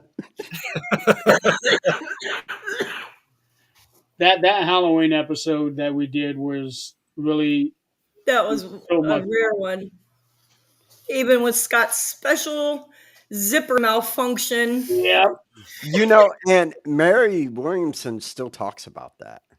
Oh my Absolutely God, she right. does. And Not only that, but the that day. Well, her and Jenny both. part of that I remember is the people, I can't remember their names now, from England that were on that Halloween special, the couple. Brett and Emma. Brent Yeah. and Emma. They Forgot they about kept them. trying to say Haribo, but it kept sounding like Harry Balls. yes. But and You that remember dude, that? that They were dude, like, what kind of candy is this? that To dude be from honest, I Texas. almost forgot about Brett and Emma. Yeah, that dude from Texas. I Scott. can't remember. Dude, I don't think he knew how to take us or take me anyways, because he was like, I don't think he had a good time. think we were a little over the top for him. Jenny was just eating it all up and just Oh yeah, on into it. Jenny and Mary. Yeah, dude, they were all about it. Because Other dude, when Scott showed that picture of the zipper thing, those two were laughing so hard. I thought, okay, these two are done. Yep, yep. And I'm gonna swear, because I never saw Scott in that actual makeup. But my first thought when I saw that picture was, now we really know your little fuck face. Yeah, dude, you ain't lying. What was that? Peanut butter and strawberry jam that you used to do that? It should have been because it probably would have looked better. What It was was a it? kid. It was a kit with you like a cover up. artificial Massive. skin. Yep. Like, And that was supposed to be fake blood, and it clearly didn't work out that way. No. Yeah, it turned out to be something entirely different. And completely different. Yeah. Part of me is wishing right now Jeremy was looking for that photo. Oh, I can grab a screenshot of it, but I don't know if I really want to show it on this show. it's already been shown. If It's you a- want to see hey. it, go back and watch the Halloween episode, probably around the middle towards the end of it. That's about where it lands. Yeah, In case you all did not hear that was a long episode too. or That was see, So, the Bell Mansion is closing or changing. It owners. is. Yep. Seriously? read about that. Oh man, we were going to be going back there at some point. Yep. So, sad, but congratulations to Angie Strum. I know this is something she's thought about. she said so- that there's something else in the works to keep watch. Yeah. So, So I'm Absolutely. assuming there's another property already kind of hanging in the distance. I don't know if it's going to be paranormal or not, but I'm pretty sure that she would be pushing kind of something that- might be open to it. But and there are locations here that have stuff weird going on. yep. Yep. That's another thing that I missed. When we first started the show, the first 5 minutes, we were telling the news. You remember that, Scott? Say it again. The first 5 minutes of each show, we were telling the news before we brought the guest in. We would. Absolutely. By the way, if you've had a birthday or anniversary this week, happy belated birthday, happy late anniversary. If you got one this weekend, happy birthday. Yeah, I know. every I show. actually have a list of all the Things members and the show hosts. We just had a birthday a week ago. That was me. Dan and Jennifer Lee. yep, Jennifer was And just early that week was mine. Yep.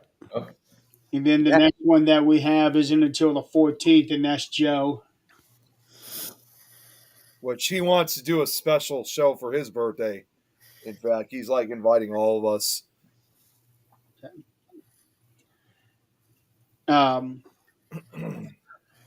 Oh, that reminds me. Tom had sent me a whole bunch of pictures.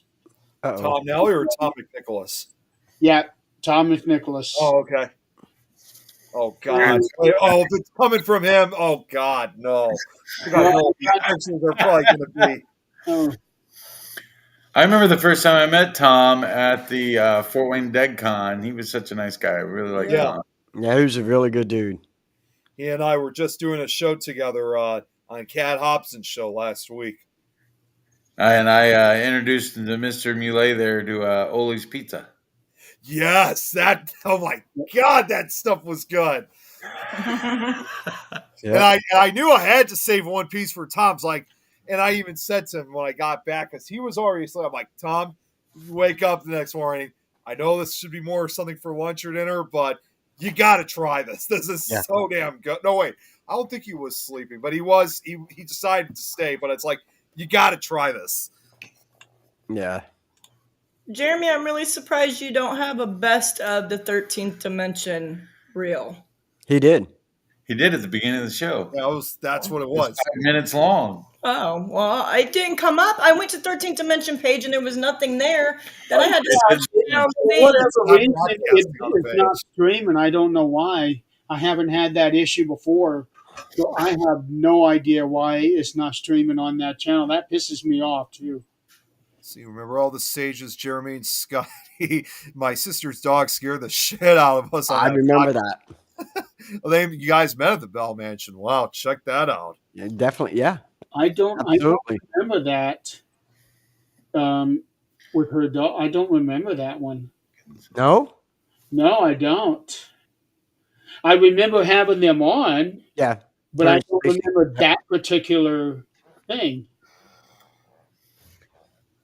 Well, yeah, if I also just saw Nicole and the other Wicked Wiccan sisters just last year at ParasiteCon in Ohio, which we had a great time hanging out together. So, I am Tom. I am not showing these pictures. oh God. Oh, okay, good. Whatever those pictures he's talking about, good. No, it's gender reversal pictures. Oh, Oh, God, those Jesus, pictures. Gremlin. No, I am not showing those pictures. Yep, Oh, yep, yeah. yep. Yeah, I know which pictures he's referring to. That he must. It's those pictures Yeah. we took down in Alton, Illinois. Crystal, there is a second best of that I put together for the outro for today. That one's only 3 minutes long. I was gonna say, I'm surprised you don't have a best of. I know you too well, York. Yes, too. Yeah, we I'm sure surprised did, half Nicole. the show isn't just that. Yeah, just in the replay, just go back.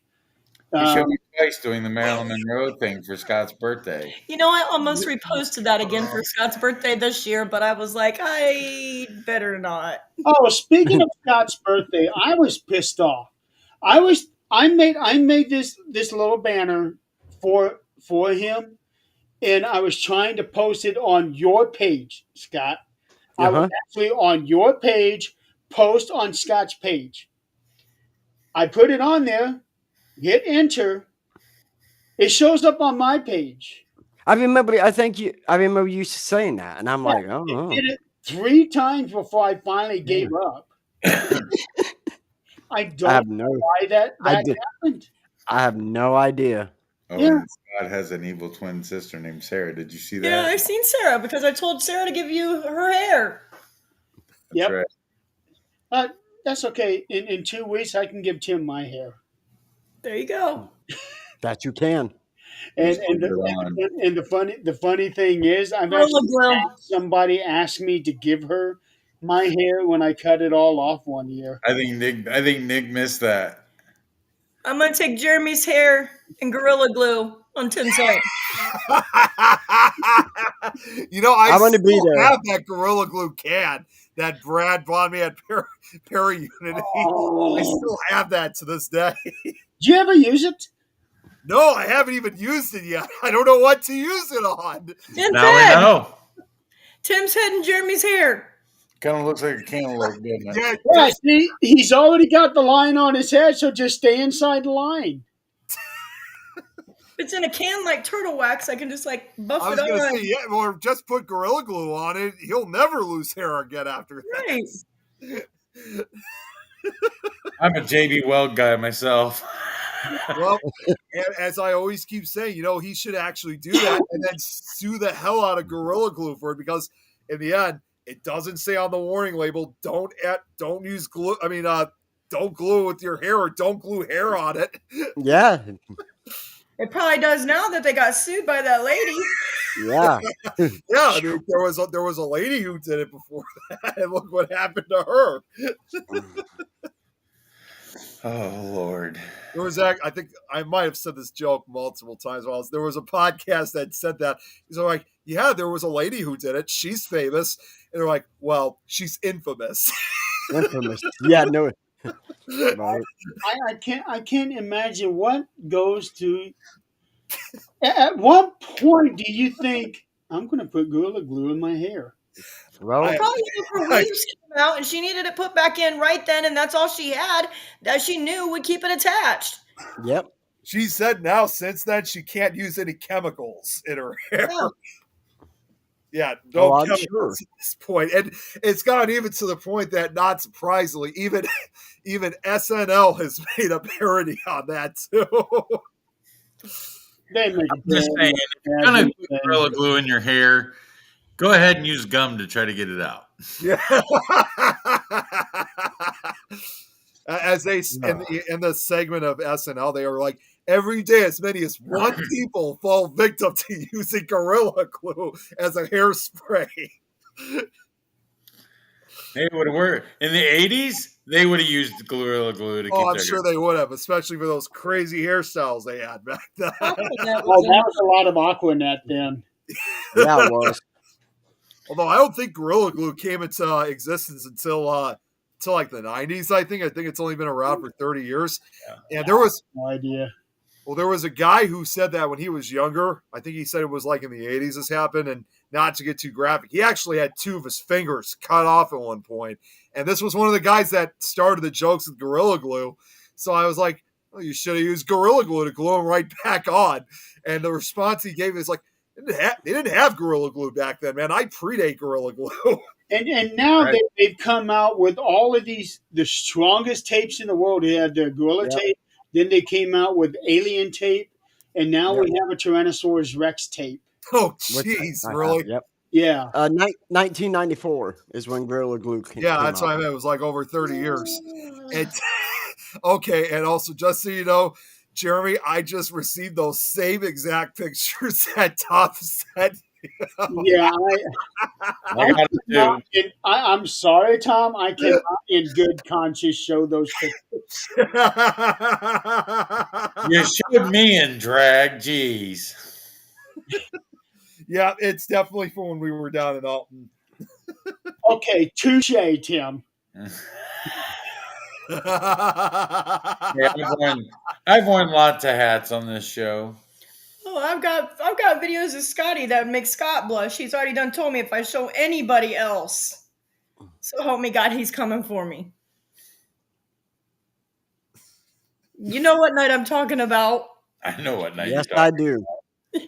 When no dude come to the house. Yep. Yep. That was great. Well, to say Scott is interesting to see in a bikini. Yep. I kind of rock it. Say that again, Crystal. He's interesting to see in a bikini. He's also very pale. It's winter, bro. Fuck. But he rocks it with cowboy boots. You know, there are some points of the day where I am so glad, or I wish I'm not wearing my hearing aids. Yeah, because now you're going to dream about it. You know what, Scott? If I do dream about it, I am writing your ass into a story. My No, gay cowboy friend It's Scott. Nick. I wrote Nick a story. Yes, you did. And that just With me, I'm just going to say blue floral is definitely Scott's color. Well, thank you. Thank you. I am writing this down.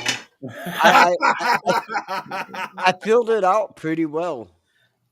With Tim's socks. So, still happened. We They burnt were- those, right? These are pictures and videos that would never see the light of day, right? Them socks were kind of crusty, though. I don't know. Ew. I was kind of worried. Foot fungus, bro. Foot fungus. Yeah, is that what it is? Okay, it's your story. Hey, 1 sec. Hey, we don't want to see it now. I'm just saying. Time for a bathroom break. No, you already went and did that. Nicole, it's saved on my phone. It's stuck in my head. I wear these all day long. You forget who I work for? Me too. I just now realized we are 2 hours into the show. It only feels like we've been on for 10 minutes, and not once have we heard Max. I was gonna say, I'm surprised we haven't. heard Max is a little calmer. Max is the only dog we have right now. That he is. Michaela moved out. She lives with her boyfriend. They bought a house, so they took Yogi. Come here. What And was the one that was always trying to climb on me when I was over there? the little one, Yeah, it's like the furry dog. yeah, he was like a brown, here. like a Come here. reddish brown. Yes. Yogi. That's Yogi. He went with Kayla because he was Kayla's Come dog. here. Yep. So Okay. he went with her, and now we up, just have up. Max. Come on. Reese went to live with Mason Come and on. his girlfriend at their house, Yep. which was Maddie's other dog that was here. Come on. So Yeah, we just have Max on. left, and then we have 2 cats. The one time I don't want this dog to jump up on me. The That's one your time own damn fault. Well, okay, there's your lesson right there, Tim. Yeah. When you don't want him to jump on you, ask him to. You're welcome, Nicole. Yeah, Hi, Maxie. I wanted to read what Nicole said. That it was snow in her head. Yeah, that's a nightmare, isn't it, Nicole? Thank goodness it never entered my head. I appreciate that, Nick.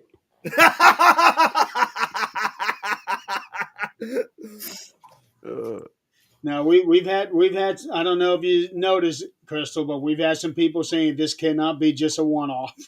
Yeah, I was watching some of it and listening, and like I said, in between my trips back and forth.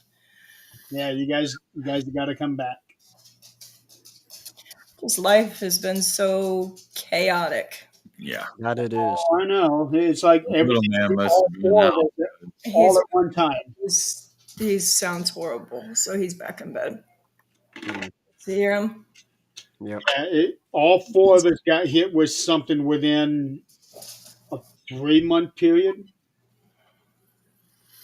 Like I said, we have 2 grandkids now, and they take up Hey, a me lot too. of our free time. We've had kids moving in and out, Mhm. and in and out, and in and out. 2 grandkids. Tim's mom passed away. His brother came home from prison. We've been dealing with that. Yep. And I've been sick a lot. There's been a lot going on. Yeah. Right. I mean, I stayed 2 years ago. I was in North Carolina for 5 weeks helping my daughter with my grandson. Now they live here.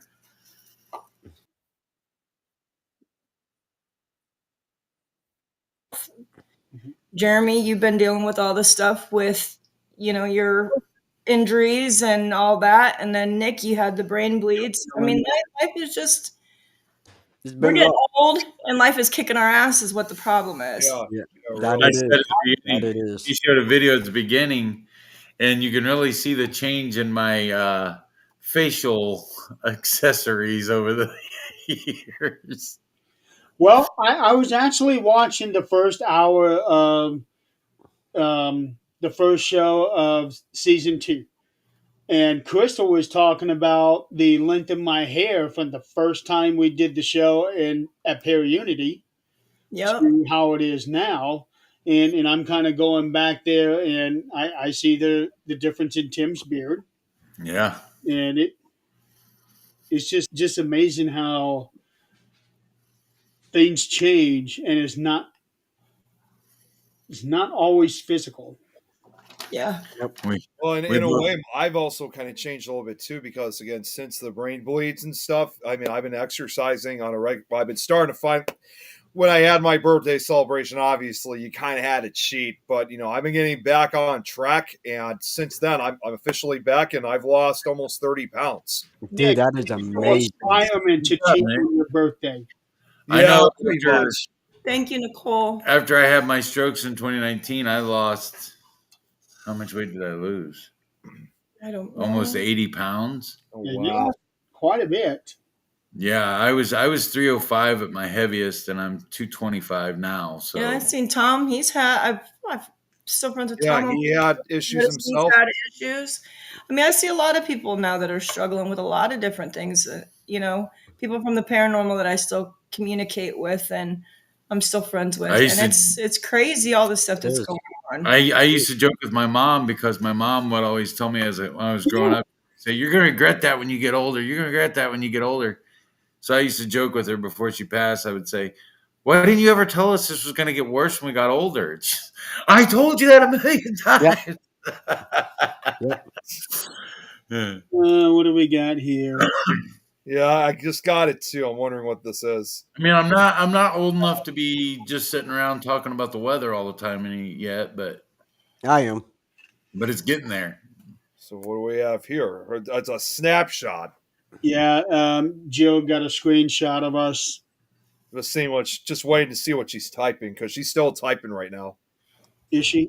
Yeah, she is. It's obvious she's gonna give a description of what this picture is supposed to be. Well, I will share this so that you guys can see it. Yeah. Oh, wait. She just said screenshot of the 13th Dimensions OG Cruise 100th episode.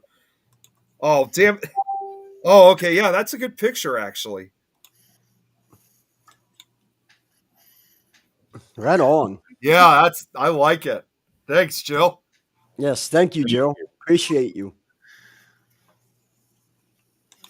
Could have got my good side though. Golly. Well, switch Now we're places. all in different places. What? Yeah, I don't know where to look. It acts a little bit differently compared to StreamYard, obviously. Yeah. Yeah, it does. I still miss StreamYard, but after with what it was asking for, it's just like forget it. Scott, what is that? What is what? What you just sent me? That's a picture of us. Oh wait, damn it! And I was just about Look at that picture. about to see what it was, Look but at that picture. I took that picture. Yeah. I was Yeah. literally about to see what that picture was, but my phone died, obviously, so I got to check on my computer. What the what? Oh What my the what? gosh, jeez! You I'm so put your phone right in front of your face for it. Well, what else am I supposed to do? I could block my face out. You ain't got to see mine. Here we go. I'm gonna go you.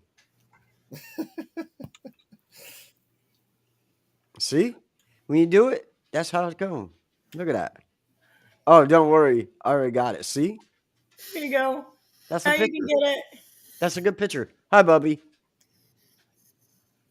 No. You're covering your face. Mine is blurred out. That's your fault. You shouldn't have moved. How do you I'm know sitting what's there going looking on? like Sloth from the Goonies. Oh, now I took himself offline. No, you look like Sloth anyways. Yeah, I know. Well, we can't even see you now. Yeah, now you have the camera off. I told you this is not a face for the camera. Well, I was kind of... Wanted to get a shot of us before when night. Great bunch. Here we love you. Yeah, thank you, Jill. I know it Yeah. doesn't. It There you doesn't. go. feel This is any our good. faces for the rest of the evening. Hold on. One Never second. mind our computers. There you go.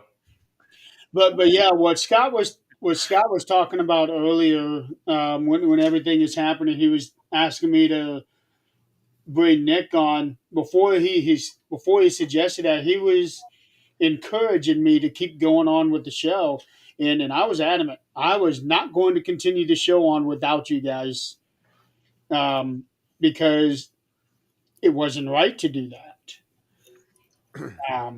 But it was. I mean, We're glad you did. yeah. Well, It was never a problem with the show. no, like what you said, there was a lot of really bad things that was happening at that time, Yeah. and it wasn't anything bad between the four of us. No. No. So that's what the audience needs to know in case there was ever that impression.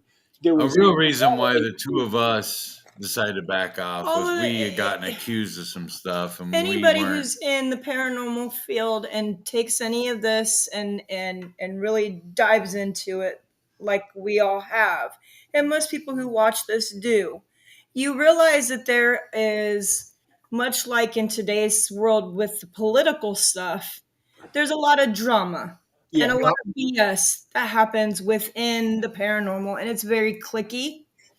It's very I am right, you're wrong kind of thing. Nobody tries to hear the other out. Nick is always pushing para-unity. Yes. And I truly understand what he means by that, because we all work together and shared things instead of keeping things. And we tried to put our guards down and work as one, look how much further the field would advance. But we don't And do not only that. that, but we also need to learn to take I'll be constructive back. criticism.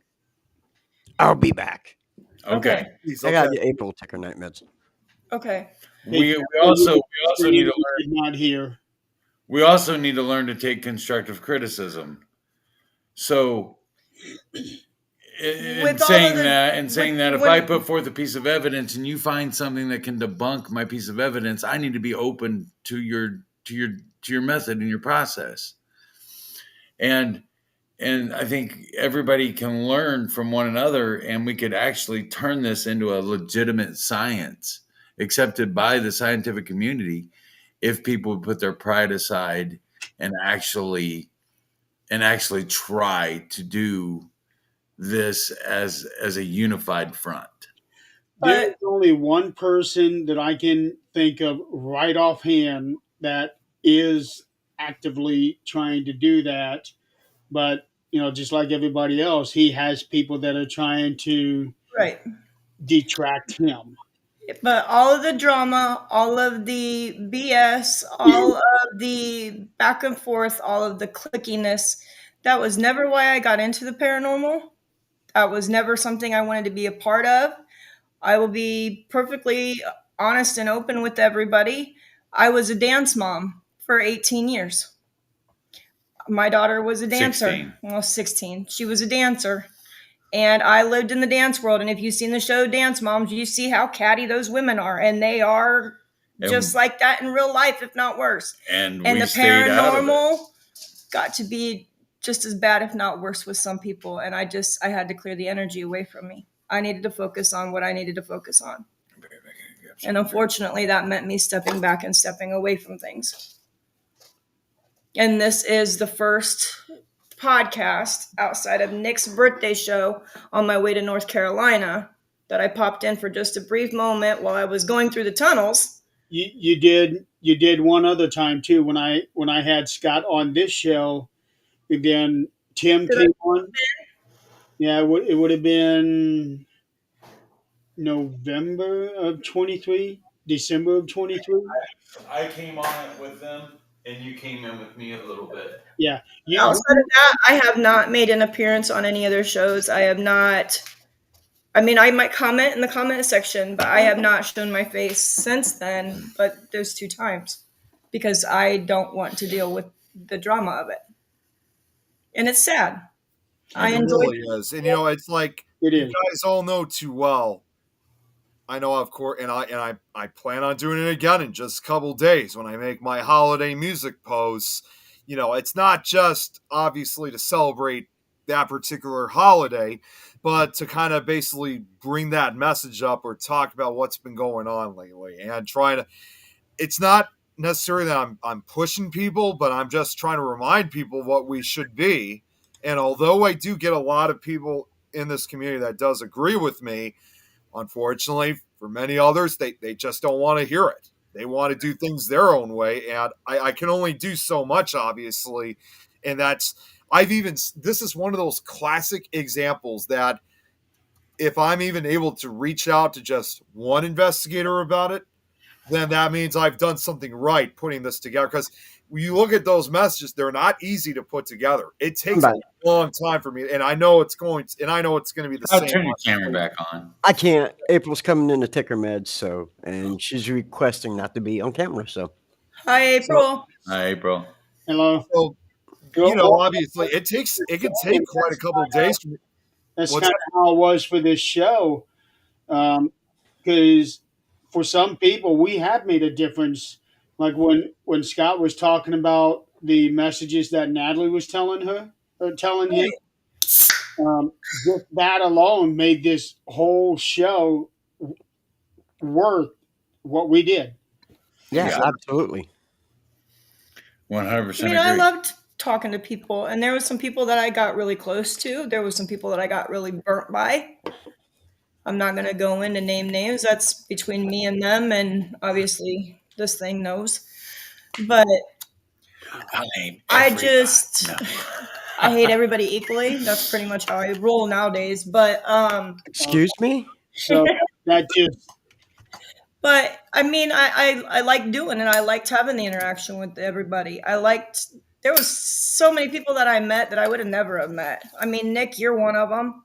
I'd have never have met you. I'd have never have met the awesome guest. I know I was listening to you guys talking about all the people we had on the shows, and I'd have never have met them.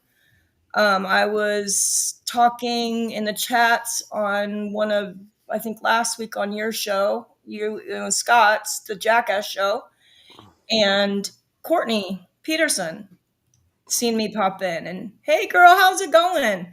I haven't talked to her in probably 2 years. Yeah. It was nice to say hi. I mean, it's not that I don't like anybody. That's not why I left. It's just all the drama. I just didn't want to deal with it. I want to investigate. I want to learn. I want to grow. I want to help people, which is the whole reason I got into it to begin with. I want people to feel comfortable in their house.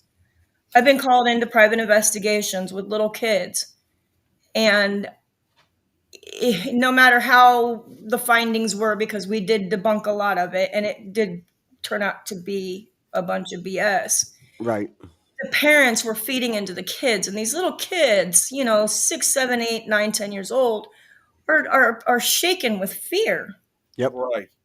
And they're like, can you help us? Can you help us? And when I go into a place, and a lot of times when I go and do these investigations, I'm going in with mostly men, and I'm the only female, or maybe there's one other female. And these little girls, they don't want to go up to a man. Yep. They feel comfortable with a woman. They come to me. How can you help us? So I'll reach in my bag. I always keep extra stuff in my bag for kids. Here's a crystal. Put it in your pocket. It'll help you. And if that gives them a peace of mind, I've done my job. Oh, absolutely. That's how it needs to be. There's one thing she always has extra of. It's crystal. I might have said this. I'm missing a couple toes. I may have said this numerous times, but I'll say it again. But Ed Warren once said in an interview before he passed away, that when they went into homes and they need to help families out, they've always described themselves, even in the paranormal field, that we're very much kind of like the police in a way, because we're just like law enforcement officers. If they get a call and they're saying that this is going on, we need some help, they're gonna come in and assist. We're really kind of no different than kind of like how law enforcement is, because we're there to investigate, maybe not in this case with crime, but something that's just as troubling to some families out there. Yeah. Absolutely, brother. Absolutely. At the end of the day, if we can make somebody feel comfortable in their home and feel comfortable with what's going on, and I've said this a million times. How many times is it just grandma trying to say, hey, I'm still here. Mhm. I want to be part of your life. How many times is that the case, and if we can put them at ease and even in some way reassure them that, hey, what's here isn't here to hurt you, it's here to love you, then, if we can do that and we can pass that message along, and then that's what we should all be doing. Exactly. I have had numerous people come up and tell me and say that just you being here helps. There was an investigation we did, and this girl, she was young adult, early teens, and they said it kept attacking her and everything was happening to her. And she sat down with me. Other people went and did their business, and she sat down with me and she said, I don't know what to do to help. And I said, let me look through my bag. Let me see what I have.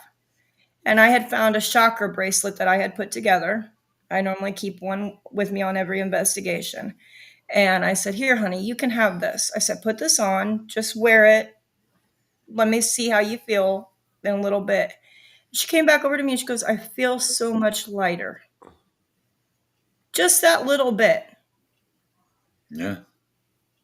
I mean, her mom was still kind of a nutcase, and still saying there was so much going on and we needed to do X, Y, and Z. Yep. I still remember that one case in that really, really tight neighborhood. It was right before I got hurt at work. Yeah. That was the one person that I would not bless. So, for those who aren't familiar with where I play on the team, normally Tim and I are cleansers. We go in and we'll cleanse the house. He cleans it religiously, I clean it spiritually. And after any investigation we do, depending on what the case is involving, I mean, if we're just like at Crown Point or something, it doesn't normally happen. But the Davies house, it always happened. Yes, it did. Obvious reasons. And then other investigations, we always cleansed ourselves afterwards. And the lady who owned the house asked to be cleansed, and I cleansed her. And she asked for her boyfriend to be cleansed, and I refused. And I would not do it. And come to find out, the man was dealing with very dark demonic presence, which would have been above my pay grade, so to speak. And I didn't want it to attach to myself, which is why I wouldn't cleanse him, because I have to have safety for myself first. I'm not trying to sound selfish, but it's true. And I would not cleanse him. And 2 weeks later, the man committed suicide. But I could not have taken that battle on to put my family in jeopardy for me to have been sitting in his shoes. Yep. Yeah, I remember that night because when you guys went in there to cleanse it, I originally wasn't supposed to be there, but you guys wanted me to be there so that you can show me how you do what you do. Yeah. Yeah, I did not like being in that neighborhood. It was so incredibly tight. You could barely drive through there. Yeah, it was a very tight neighborhood, but it was more than that. That house. It wasn't the house, it was him. You Yeah, could tell it was the him. difference when he was there and when he wasn't. She thought it was her. Yeah, it wasn't her, it was him. Right. But as we investigated and asked questions, it turned out that it was actually him. Yep. You know, I can relate to that in some way because, you know, like you talk about tight neighborhood and that's what Tom and I experienced when it wasn't a residential. We were actually just, well, I mean, it wasn't a residential case, but we were close to the house was the one out in Kent, Ohio that we went to. And I don't know what it was. There was just something not right about that. I didn't know at the time. I thought it was just that house that was heavily affected. But then I found out, I later spoke with, in fact, it's someone you and I know, Jeremy, Sean Gilmore. Sean later told me that entire neighborhood has so much negative energy, which just goes to show that there's a lot going on. I can't even imagine what a lot of these residents must have to live through. And you know, just being at the house that we were looking for, it did have that ominous look. It was like up on a hill. Well, I mean, all the houses were. And it was just, there was. I remember you being rancy about that one house. Nick, the reason I'm smiling is my first thought was, you move the headstones, but not the bodies. Oh. No, it was, yeah, I got very iffy. I mean, and we never even one of the greatest movies ever made. went inside this house. And there truly was a lot of tragedy that occurred in the history of it. And of course, obviously, just down the road, you have, because I mentioned it was in the town of Kent. Just down the road, you have Kent State University, which is, of course, where you had the May 4th, 1970 shootings, the State Massacre. That's among one of them. So it just goes to show that well over 100 years of like a lot of tragedies occurred. And just that house, I mean, if those residents ever called me over and said, you know, hey, we got this going on, we may need some help. Like if they didn't have any other options, because again, I might be willing to do it, but if there's like other options, that was probably the first case I'm thinking, you know what? I don't know if I could do this one because that entity that was in that house briefly attached herself to me. And when I started having these horrific nightmares, I mean, these were not just typical nightmares. They just, there was something different about them. And that's when I realized that I was in serious trouble. So I needed to do something. One of the guests on our show, Jeremy, I know you know about this, and Scott, Robert Murphy, Crystal and I, not long after we got back into the paranormal field, we took our daughter on an investigation with us, and she had Yep. something follow her home. And Davy's we had to reach Davy's out to house. Robert to help us get rid of it. And after that, we decided that we were going to dedicate our part to the team as far as cleansing went. I remember that night. That night was really tense because she wanted to try and experiment with me and you. Yeah. And you intentionally went in circles to throw her off so that she wouldn't know exactly where we were in the house. But as soon as her feet crossed that threshold, I had my hands on her shoulders. She started shaking really bad. There And was one room in that house where in the past a woman had been kept against her will Mhm. in a tiny closet. Yep. Like if I stand in this closet with my back against the wall and you shut the door, the front of my feet touch the door. It was very small. It was small for Eden Scott to get in. And this woman was kept there against her will, and my daughter had a similar instance. In fact, we got a really Jeff Ox, and if you're watching, Jeff, hello, we're all praying for you. Jeff Ox got a great picture of a thermal handprint on my daughter's arm I where remember. none of us had touched her. And That's one of the two scariest locations I've ever been in. yeah. Well, this house was very similar because part of what happened in that house was that there was a woman who was brutally murdered in that house. In fact, the person that lived in that house before was over 110 years before. What that house, which is probably one of the oldest houses in the town of Kent, if not the oldest. I mean, it's an almost 200-year-old house. But it wasn't until over 100 years later you had this horrific crime. And apparently this house was owned by one of the town's first doctors. And he found out that his wife had an affair, and it drove him into murdering her. And matters worse, doctor was never caught or charged or convicted of her crime. So I gotta let as my a result, doggy out. so as a result of that, this was probably the reason why I had this attachment, because if you got, I know I asked, have you guys ever seen that episode, Paranormal Witness, called Nightmare on Chestnut Street? You guys ever remember seeing that one? I've never seen that series. It's, first off, it is a creepy series. It's probably one of the last good series, like real good paranormal series, where it's actually scary, and it's more just revolving around people that experience just sit down interviews, not investigations. And they show they do show the real footage and pictures, although by the time you get to the last season, it lasted for 5 seasons, it kind of did fall apart. But one of the scariest episodes undoubtedly was this episode, and it was at that same exact house that we ended up finding in Kent, because there were 3 college students that lived there 20 years prior, before our visit, and they had some horrific things occur in that house. And I don't, it's probably the one episode out of that entire show that I don't know what it was after I first watched. Of course, I watched it late at night. It was like 2-3 o'clock in the morning. This was like 6 years ago, and I don't know what it was. But there was just something so unsettling about that episode. Like most of those shows, yeah, I sometimes get creeped out a little bit, but most of the time I don't get bothered by it. But that was the first time I was like, jeez, wow. And after that, since to this day, I still can't even watch that full episode now, knowing, especially since I've been to the real house. And it's very, very unsettling.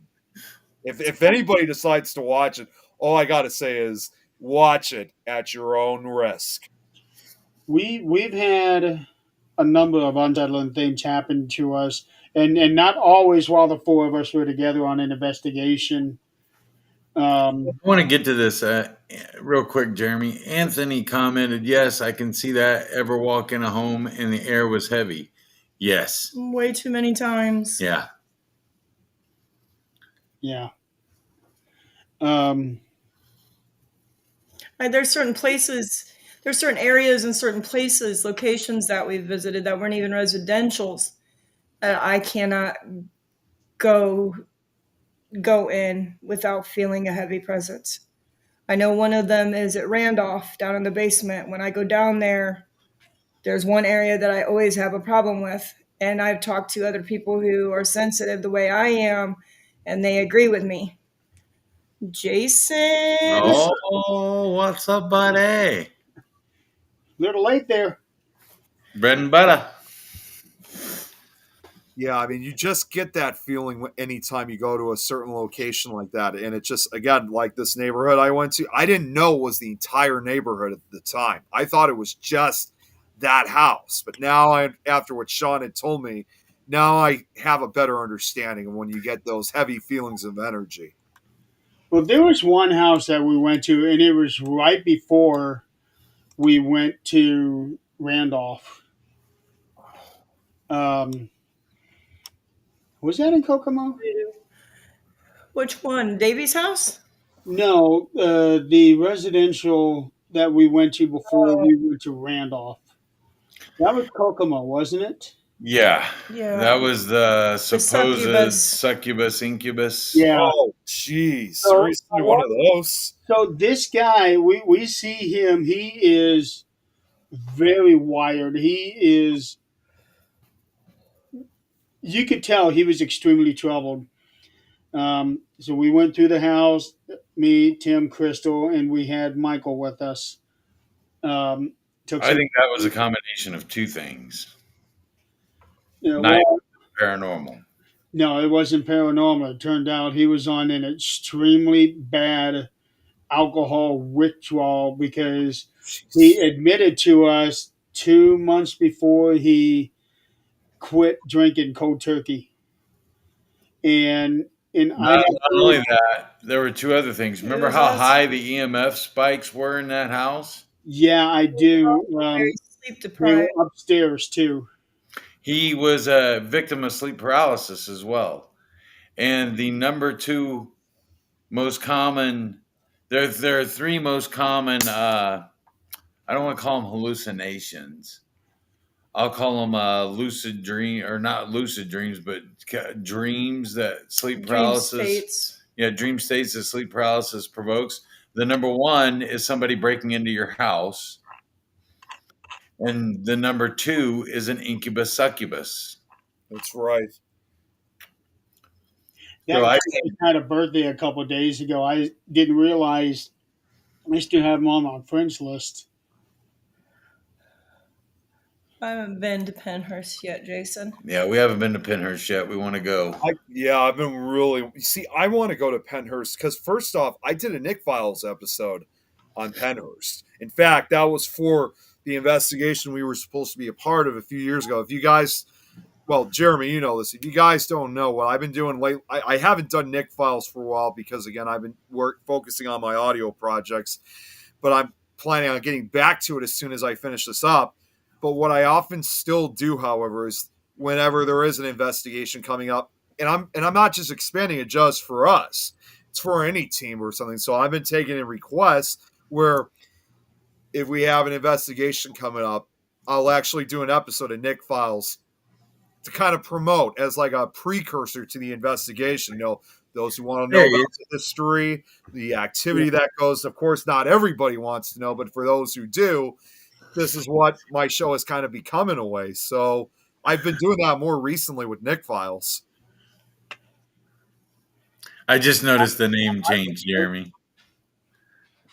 Yeah, Crystal and this thing. I like that. Chaos coordinator in the thing. just now noticed that. Yeah, I just now noticed it. Both of us Right after she called you the thing, that was 20 minutes ago. this thing. Not my birthday, Jason. I am the thing. That was Elwood we went to, not Kokomo. Okay. That house. It was down that way though. Yeah, Elwood. because we left Elwood and it was a straight shot across to Randolph. Winchester. Yeah. One other thing I got to just bring up too, again, yeah, like what Jason was just saying about Penhurst. I mean, my slideshow that I did for Penhurst, I even showed that news footage that was filmed. If you guys didn't know, there actually were 2 documentaries that were filmed in Pennhurst. Ironically, they were both filmed around the same time, around 1967, 1968. One was in black and white, the other was in color. Yep. And it was interesting. It was like the color film, which was the more notorious of the 2, just seemed to obviously show the negative side effects of what was going on at that time. While the other version, I guess these were just the patients that were lucky that got the care that they needed. But my hope is when we ever have the opportunity to go into Pennhurst, I'd be doing this for a personal reason, because knowing that there were people like me who were locked in Pennhurst, when it was in operation.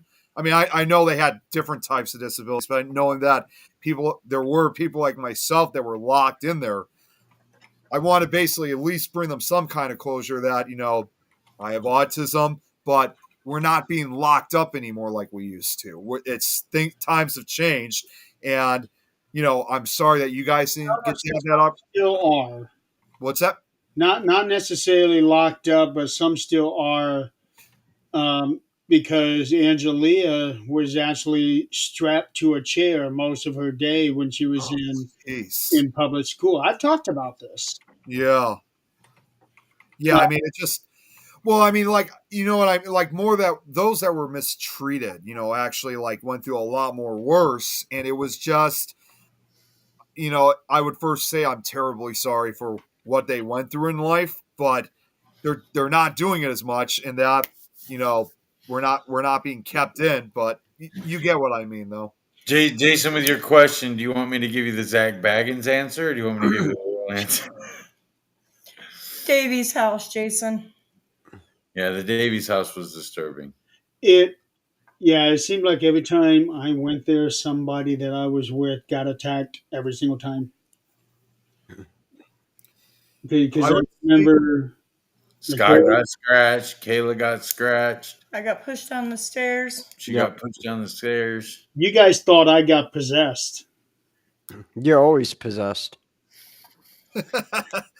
And for some reason, they all leave me alone. I don't know if it's because I'm big, I guess. Maybe I come across as scary, but nobody ever. No, you had They're encounters. staying away from you because you're showing too much skin.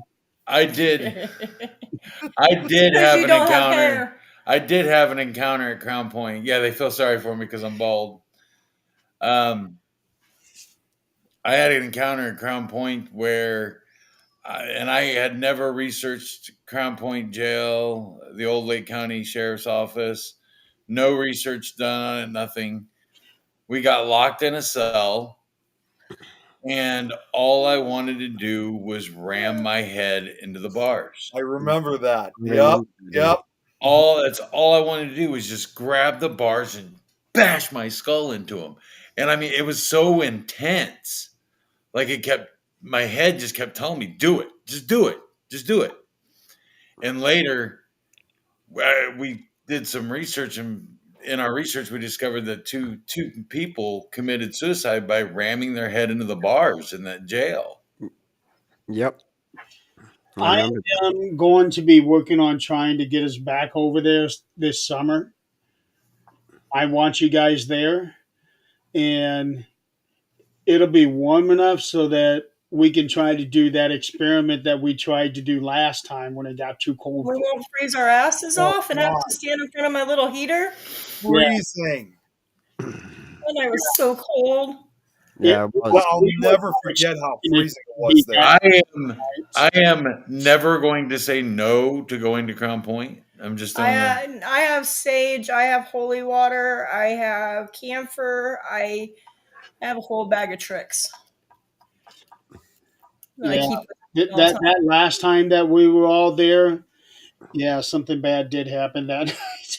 Oh man. Yeah, the last time we were there, that was not. But no. The last time we were there was the time I went upstairs by myself. I was the only one in the prison. My favorite place to investigate. Remember that? I was the only person in the entire prison. You guys were all downstairs in the little waiting room. Yeah, the lobby area. Yeah. Jeremy was with you when your hat got pulled off. Yeah, Jeremy was with me when my hat got pulled off there. Yep. But well, we couldn't remember if it was that night for your hat because that was my first investigation back after I got hurt. But I Yeah. could not remember if that was the night that your hat got pulled off.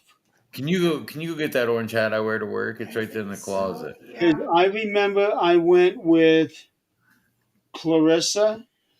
Yeah, that's the night that I was there with you, but it wasn't the night my hat got pulled off. That was another time.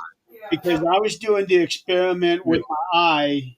But do you remember I got that audio when I was up there? Remember I asked to go up to Universal all by myself.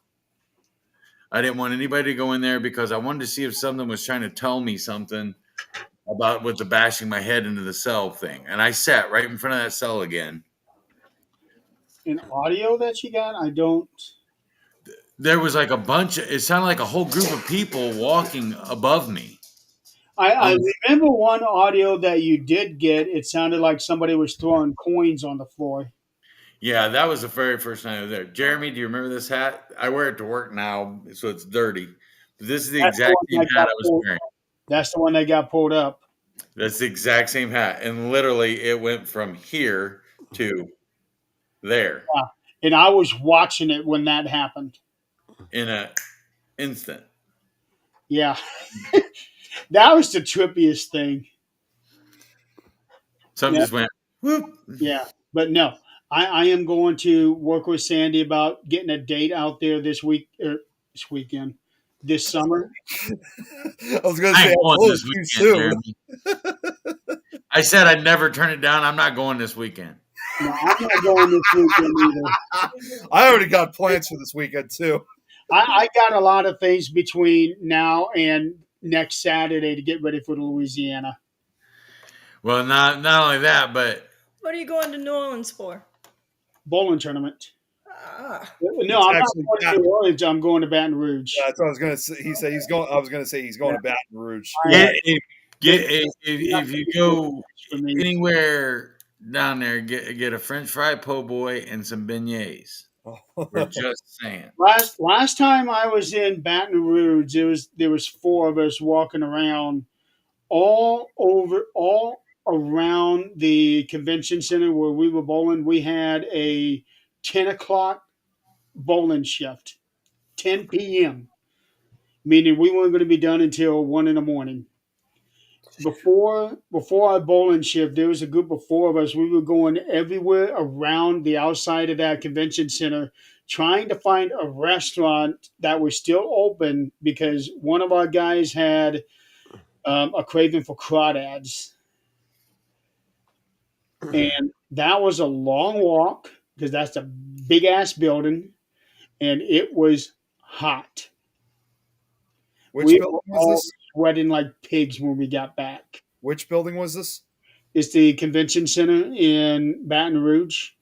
Oh, jeez. Yeah, I can only imagine how hot it must have been. It was the end of April when we were there. So probably about 90, 95. Down there, not that hot. down there. It was hot when we were down there. We were down there in April. We left straight May. from Waverly. I think that was May. No, we went in April that year. Jeremy, didn't we go in April to Waverly? Let Oh me yeah, yeah, we did. Yeah, It I was was in April. let me pull up the log. It was like 2020 or 2021. 2021. 2021. That was when that was my first. Well, I mean, I already had met you guys personally. That was my first time I got to meet Scott and everybody else. That was April 26th. Yep. So Yeah. And then right there at the end, yeah. we left straight from there and went down to Louisiana, down to New Orleans. Yeah. And And it was I even have the I said it right. phenomenal. Mandeville Cemetery in the log when you guys went investigating there. Yeah. Yep. So you guys went down there right there at the end of. I know, Jason. You can keep All this it. talk about because, like what Jason just said, like 101 temperatures. I can only think of one other place that ever did something like that, where it was so damn hot to investigate. Doesn't exist anymore, sadly, but. That was when I was with my old crew. We investigated Bobby Mackey's Music World, also in Kentucky. And Oh yeah, I remember That doing was back in 2012, and I'll never forget because we went in August. I'll never forget how hot and humid it was, inside and out. But the worst place was the apartment where Carl used to live in. And oh my god, I don't think we were in that room for no more than 10 minutes. It literally could have been a sauna if people were looking for a sauna. This would have been it. It was so freaking hot out in this building. It was bad, really bad. I did Bobby Mackey's, and it was the year before in 2020. Did that right before the annual trip to Waverly. Um, the actual building and the basement weren't so hot, but we did the apartment buildings Yeah, above. That one was hot. right. That's the same one I'm talking about. It was Okay. horrible up there. Yeah, that one was hot. The actual music world building, not so much. Yeah, it wasn't too much either from what I can remember, but either way, we were sweating our asses off nonetheless. It was just like a never-ending cycle. It was just one of the guys, he literally had to take his entire shirt off because he just couldn't deal with it, and it was just so overwhelming. But after we went to that apartment room, there was no way any of us were going back, and we made sure before we left we had all of our equipment and stuff to make sure we didn't have to go back upstairs for it. Well, But Nick, when we all went to Waverly together, that had to be one of my favorite investigations ever. First, Yeah. the one and only time I've ever seen a shadow person was during that trip. during that one, that was when Crystal and I were chased down the corridor by a bat. Yeah. Oh, geez, I forgot about that. And I remember who was with us? It was John Doherty. Oh yeah, yep. I was up on the 5th floor and I sat down on the ledge looking over the building and swung one of my legs off. And he reached out and grabbed me. I scared the hell out of him. Oh, Jason was striking us healthy. I'm doing a healthy job of it tonight. I But still remember when I first walked into Waverly, I was I was telling you guys, I told you guys prior, and then I told you guys still when we were there about my previous visit that I went when I was still, just a teenager at the time. And I just remembered how amazed. I mean, it was even kind of a little emotional for me just seeing how much change that has been made to the building. Because I remember I was like, I don't remember any of this. This was all like in really bad shape. It was all dirty, and now all of a sudden it's all cleaned up. I was literally expecting from what I was going to see from back in 2010, and it was not. I just couldn't believe it for myself. It brought back a lot of teen memories, but it also opened the door for something brand new that I was not expecting. and I remember Nick and I having to stop halfway up the tunnel to catch our breaths. Oh, that's right. Yeah. Because and that was the first, and I remember that too. Like, I remember I walked down the tunnel, and I was saying to you that my dad and I walked there back in 2010, but we never made it to the bottom. But we did, though. We actually made it. Well, like I said, this summer I'm going to get a date for Crown Point. We're going to get there.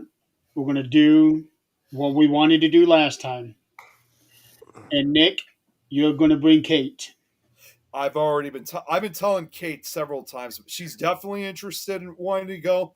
And actually, Joe and his crew, with things in Wisconsin, they want to come out to that too, believe it or not. So, How many people does she let us have up there? What's her max number? I don't think she really has one. there's different floors that you could basically switch out. Right. Probably enough room. And Remember when we had that terrible meet and greet? We had 30? Yeah. It was much higher than that. Yeah, but that was almost too many people. That was too many people. even with us combined, like for example, Joe's chapter, it's just really him, his wife, and a friend of theirs. That was who we investigated with at the residential location last year. And for my crew, I mean, we have grown a little bit. It's obviously me, Don, Kate, Mike Myers, Tom. That's about 5. But we do have 2 other candidates that are interested in joining. They really want to do some investigation. So there's probably going to be at least about 7 of us. But, when you really have it combined, it's a little large, like with all of us together. But if you have them separated and stuff, it should be pretty manageable. Okay, so if you got your 7, and then we have the rest of us 4, that's a perfect crew right there. Yeah, exactly. Yeah, because I am wanting Crown Point to be Kate's first investigation. I think Yes. that would be a great. That's normally when they ask me if I'll take them investigating, I always say the best place I would take you first off is Crown Point. You'll get some activity, but it's not crazy normally, and it's not super scary. It's not. Yeah. It's not the Davies house. It's not riddled with you don't know what's around every other corner. Yeah, at It's least at Crown Point we know what's there.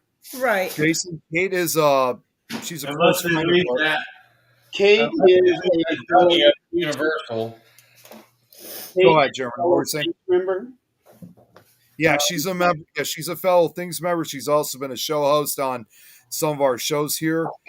She does have her own show, which she's kind of taking a break from for right now. And interestingly, she lives in the Chicago area, but she's originally from the UK. So she's just, and here's the other thing too. Not only would the jail be a great first for an investigation for her, but it would also give her the opportunity, obviously, Jeremy, to meet you, the rest of the Things crew, and also if Joe's able to make it out, she'd finally be able to meet Joe for the first time.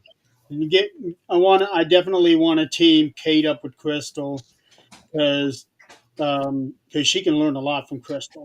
Oh, absolutely. I think she could because, believe it or not, I know you have, Jeremy, but Scott and Tim, if you guys have ever seen her shows, in spite of how knowledgeable she is, she's never actually been on an investigation. So that's why we're trying to make it her first. Now, her husband is a little bit hesitant about that. He's originally from Italy, and a lot of people there obviously are very religious over there, so I can understand, his religious beliefs for it. But that's okay. We'll take care of her. Yeah, I've actually said that to him a few times, saying she'll definitely be taken care of. We'll make sure that she's safe. Yep. So, okay, we are coming up on 3 hours. I actually figured we would be going way over what the show And I'm not even the one that keeps talking. Yeah, you are. Just real quick, Stacy and Nicole said they want to go to the jail at some point with us. Have you never been to that jail? I don't know if they have. That's what I'm asking her. Yeah. I know right now Scott's not feeling very good. So he's probably going to want to. Yeah, I saw his message. Yeah. If you can stick around long enough to at least watch this ending video that I got, I think you'll like it. So sure I will. Is everybody okay with going ahead and wrapping up this special epic 100th episode of the 13th Dimension? Yeah, absolutely. Yeah. Like I said, just want to thank everybody for. She's not been at the jail for everything. Okay. All right. Well, I want to do this again. Maybe when we all feel a little bit better. Yeah. We've been doing that for 3 years, Crystal. I'll tell the doctors to get their shit together. Yeah. Tell my body to stop it. I just also want to say real quick, the fact that this is our 100th episode is, at the time when I was helping with you, Jeremy, and of course the time when you guys first brought me in during the one of the first early episodes, I just want to say thank you guys for this opportunity. I mean, this really meant a lot. So I'm glad, and I'm glad to officially be part of the crew now. So this has been great. So thank you guys. Thank you. for being on Always, this Nick. journey and the ride, dude. It's been amazing. It's been an amazing ride.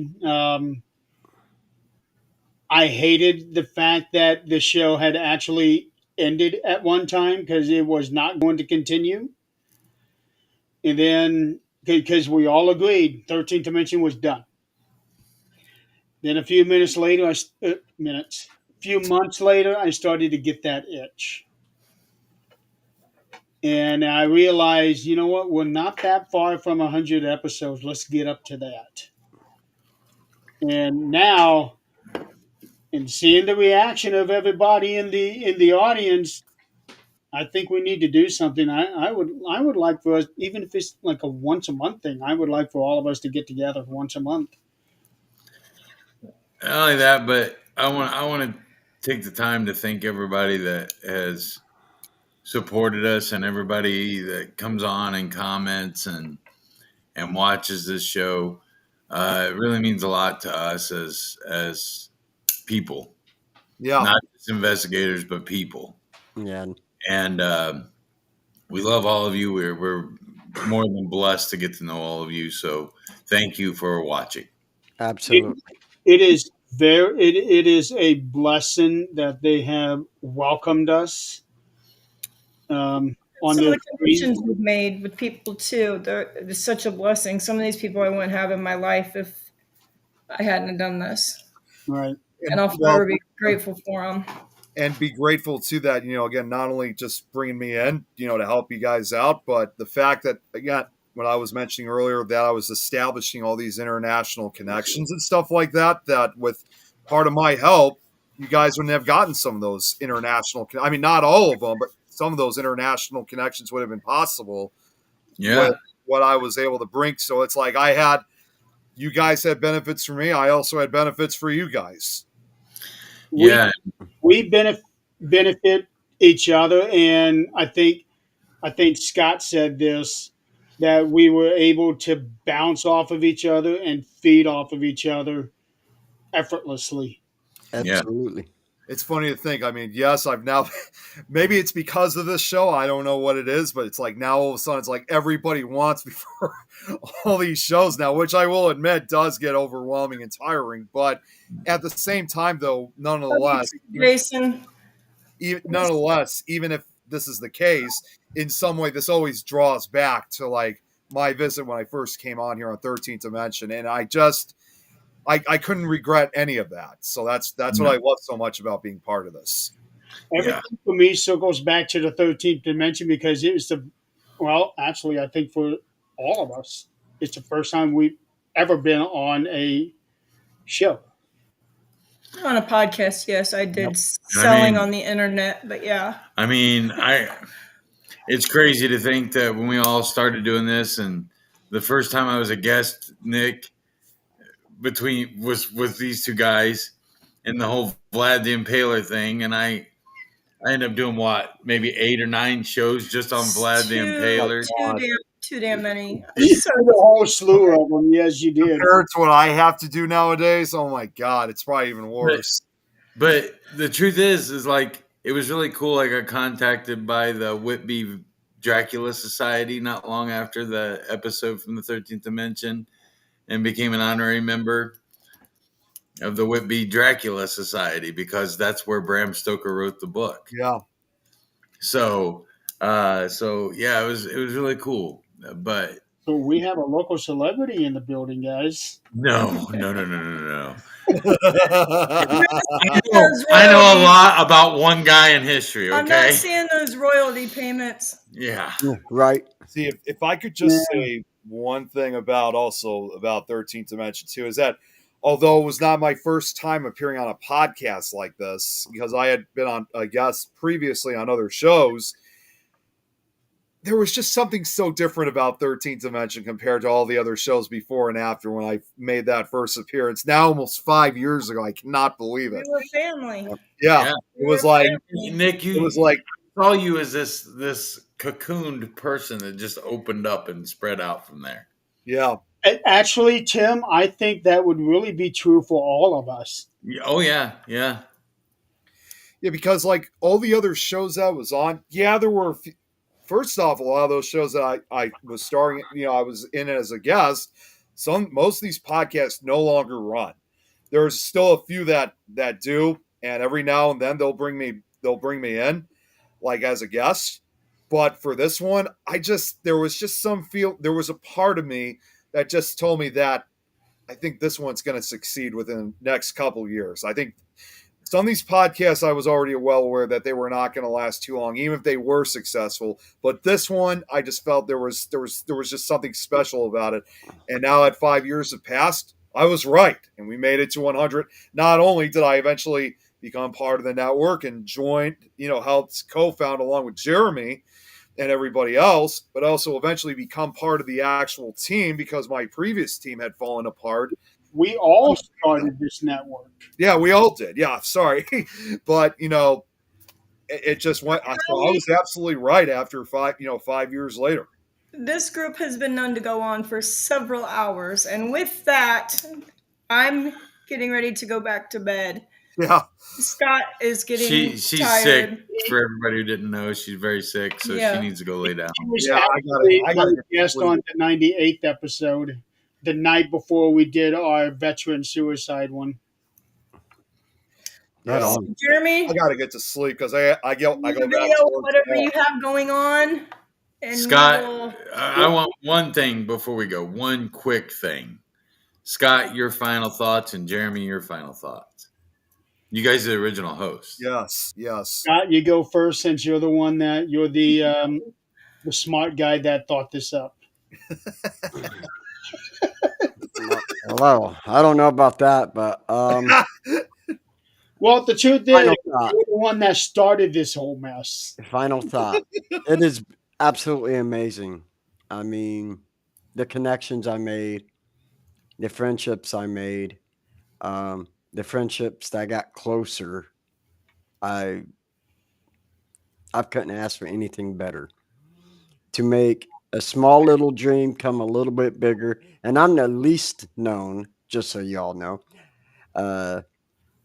of the podcast world, and I'm good with that. I think I've been on maybe 5 podcasts where I've actually been a guest. So Seriously? yeah. Wow. But just I am thankful that everybody took a chance on a little something that I had dreamed up. So, and for Jeremy and Tim and Crystal to jump in and say, okay, let's do this. And then, for Jeremy to even jump out and say, okay, we'll do this, we'll plan it. And then for him to bring Tim and Crystal on to be historians and end up coming in and being hosts with us, that was an absolute blessing. And I couldn't ask for anything better. And I truly mean that. Well And said, Scotty. And for Nick Moulet, thank you for jumping in, and being our coming guinea in. pig that one night. being a guinea pig, and becoming part of the 13th Dimension family, because you help keep this dream going. It's my absolute pleasure, and I can't really say it any other way. Too, it's you guys are family to me. You guys, Howie, that is freaking amazing. Absolutely, brother. Jeremy. So what was it my idea to bring Tim and Crystal on? I really don't remember. You two set us down that night at Randolph and asked us to be part of this. Because I thought he approached you at work. Announced He approached you at work. talked about it beforehand. I just got taken along for the ride. Wait, all I know is it was 5 years ago, and I'm freaking old. I just got told, hey, I got a friend at work who does paranormal investigating. And you remember that little guy that delivers the Pepsi that we always talk to at Walmart? He does it too. So he's going to be there too. So why don't we go and check this thing out up at Crown Point and see if you like it or not? Okay. Hey, And welcome now to the family. Welcome to the family. Now you stuck with me. I know. See, My I should have said that when I officially became part of things in 13th Dimension, saying, I'm part of your family now. You guys are going to have to deal with me. Jeremy? my final thoughts. I could write a book on this.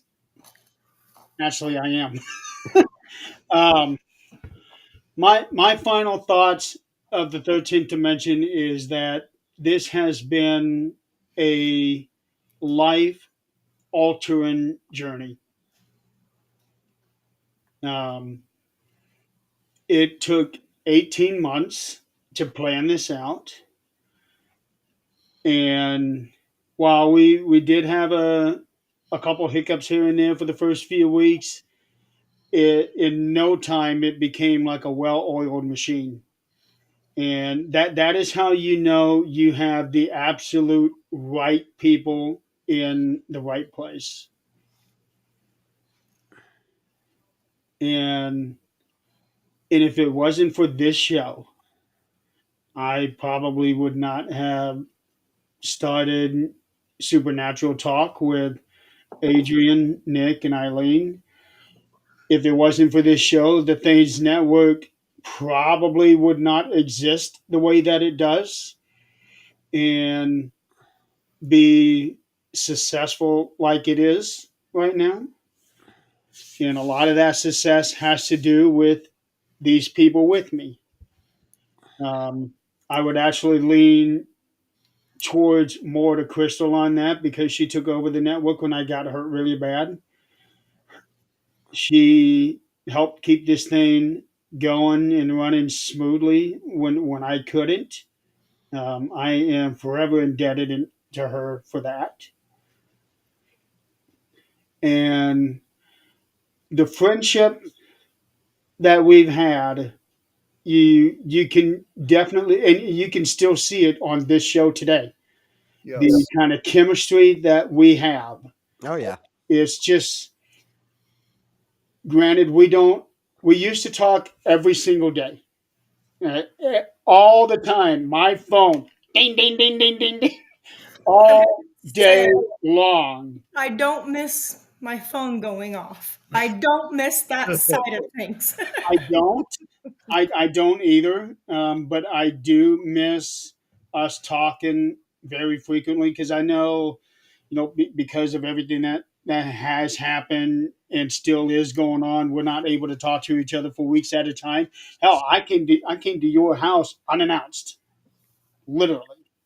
Well, you know my door's always open. I Always. know, but I even tried to call you. You did not answer.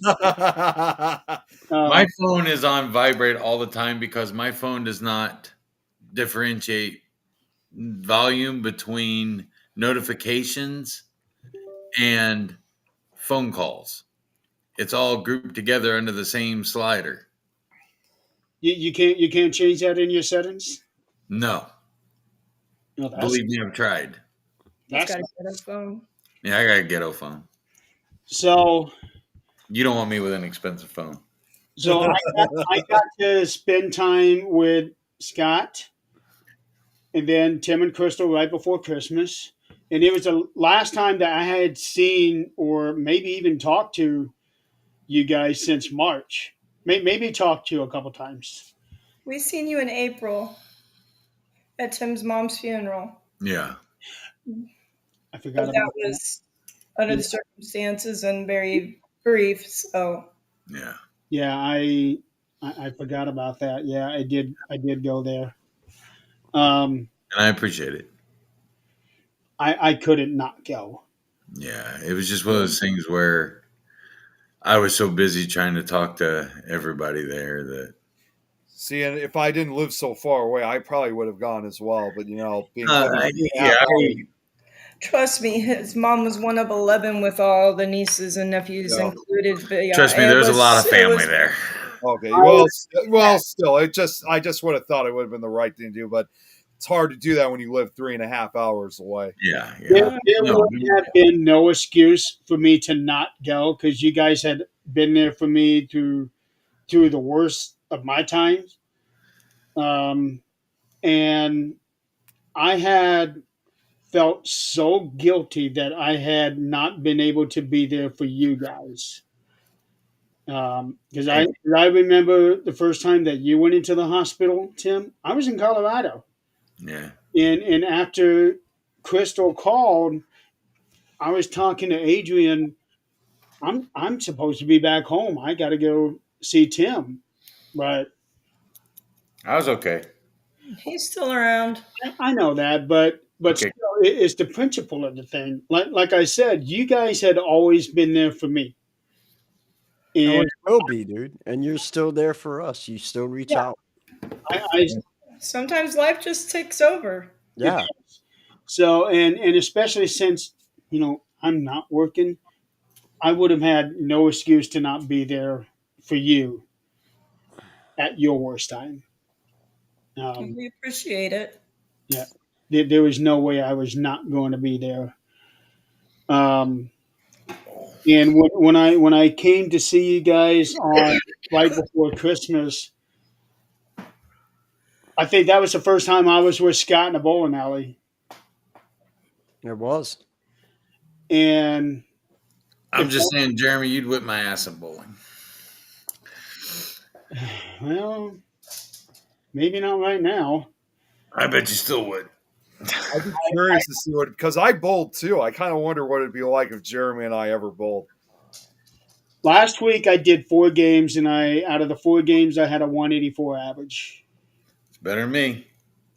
Because I'm having to practice, and that's without shooting spares. I'm just only doing strike balls every time. But I had to practice to get ready for Louisiana. Right. Anyway, The fact that you said you're shooting spares makes you better than me.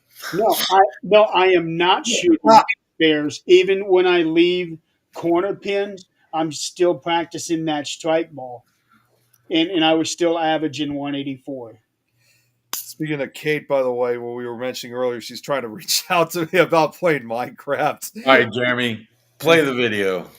Let's wrap this Well, one up. anyway, I just wanted to say when I came to see all of you guys, it seemed like it was just yesterday. And now having all of you guys here, Nick included, it's like this is how it's supposed to be. It's like home. Yeah. That's the only reason why I continue doing this show, because somehow I know one day you guys will be back on this show, and not just for an appearance. God. Speaking of John, Oh there my he God. is. Hey, John, I John? was talking to you earlier. Oh my goodness. He Hey, popped up on John. he popped up on my TikTok the other day. So, okay, I am going to go ahead and play the outro video. It is 3 minutes long. Everybody out there in the audience, thank you so much for playing along with us tonight. It has been a blast. Thank you guys for spending your evening with me, and audience spending the evening with all of us. Thank you And guys so also, much. Thank you. Definitely. It's here's because to the next 100 episodes. Cheers. at this rate, it'll take 15 years to get 100 episodes. Okay, at least up to 150. Yeah. Cheers. Cheers. Cheers. Have a good night. Have a good weekend. And wait. We can't end like this. We got to say one more thing. I know. I'm getting there. I'm getting there. And remember, if it's paranormal, Or beyond. We got it covered. That's right. right. There you 13th go. dimension. Thank you guys. Have a good night. Thank you so much. And we will see you all Good again. night, everyone. See you on the flip side.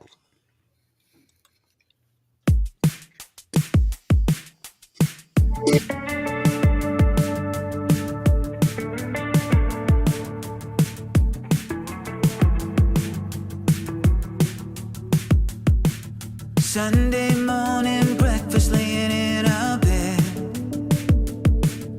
Picture perfect, couldn't get better in my head. The waves of Malibu are washing over you and me. Ain't no place in the world I'd rather be. These are the moments to hold the closest. These are the nights we must keep tight and never let go. The sweet surrender and stormy weather. These are the days to remember.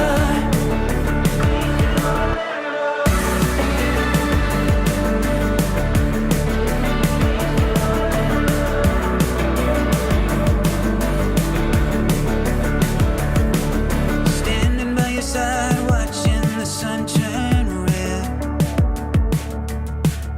making memories we'll never forget. Daylights are running, but in your arms I'll stay. So lay right here and let the hours burn away. These are the moments to hold the closest. These are the nights we must keep tight and never let go. The sweet surrender and stormy weather. These are the days to remember.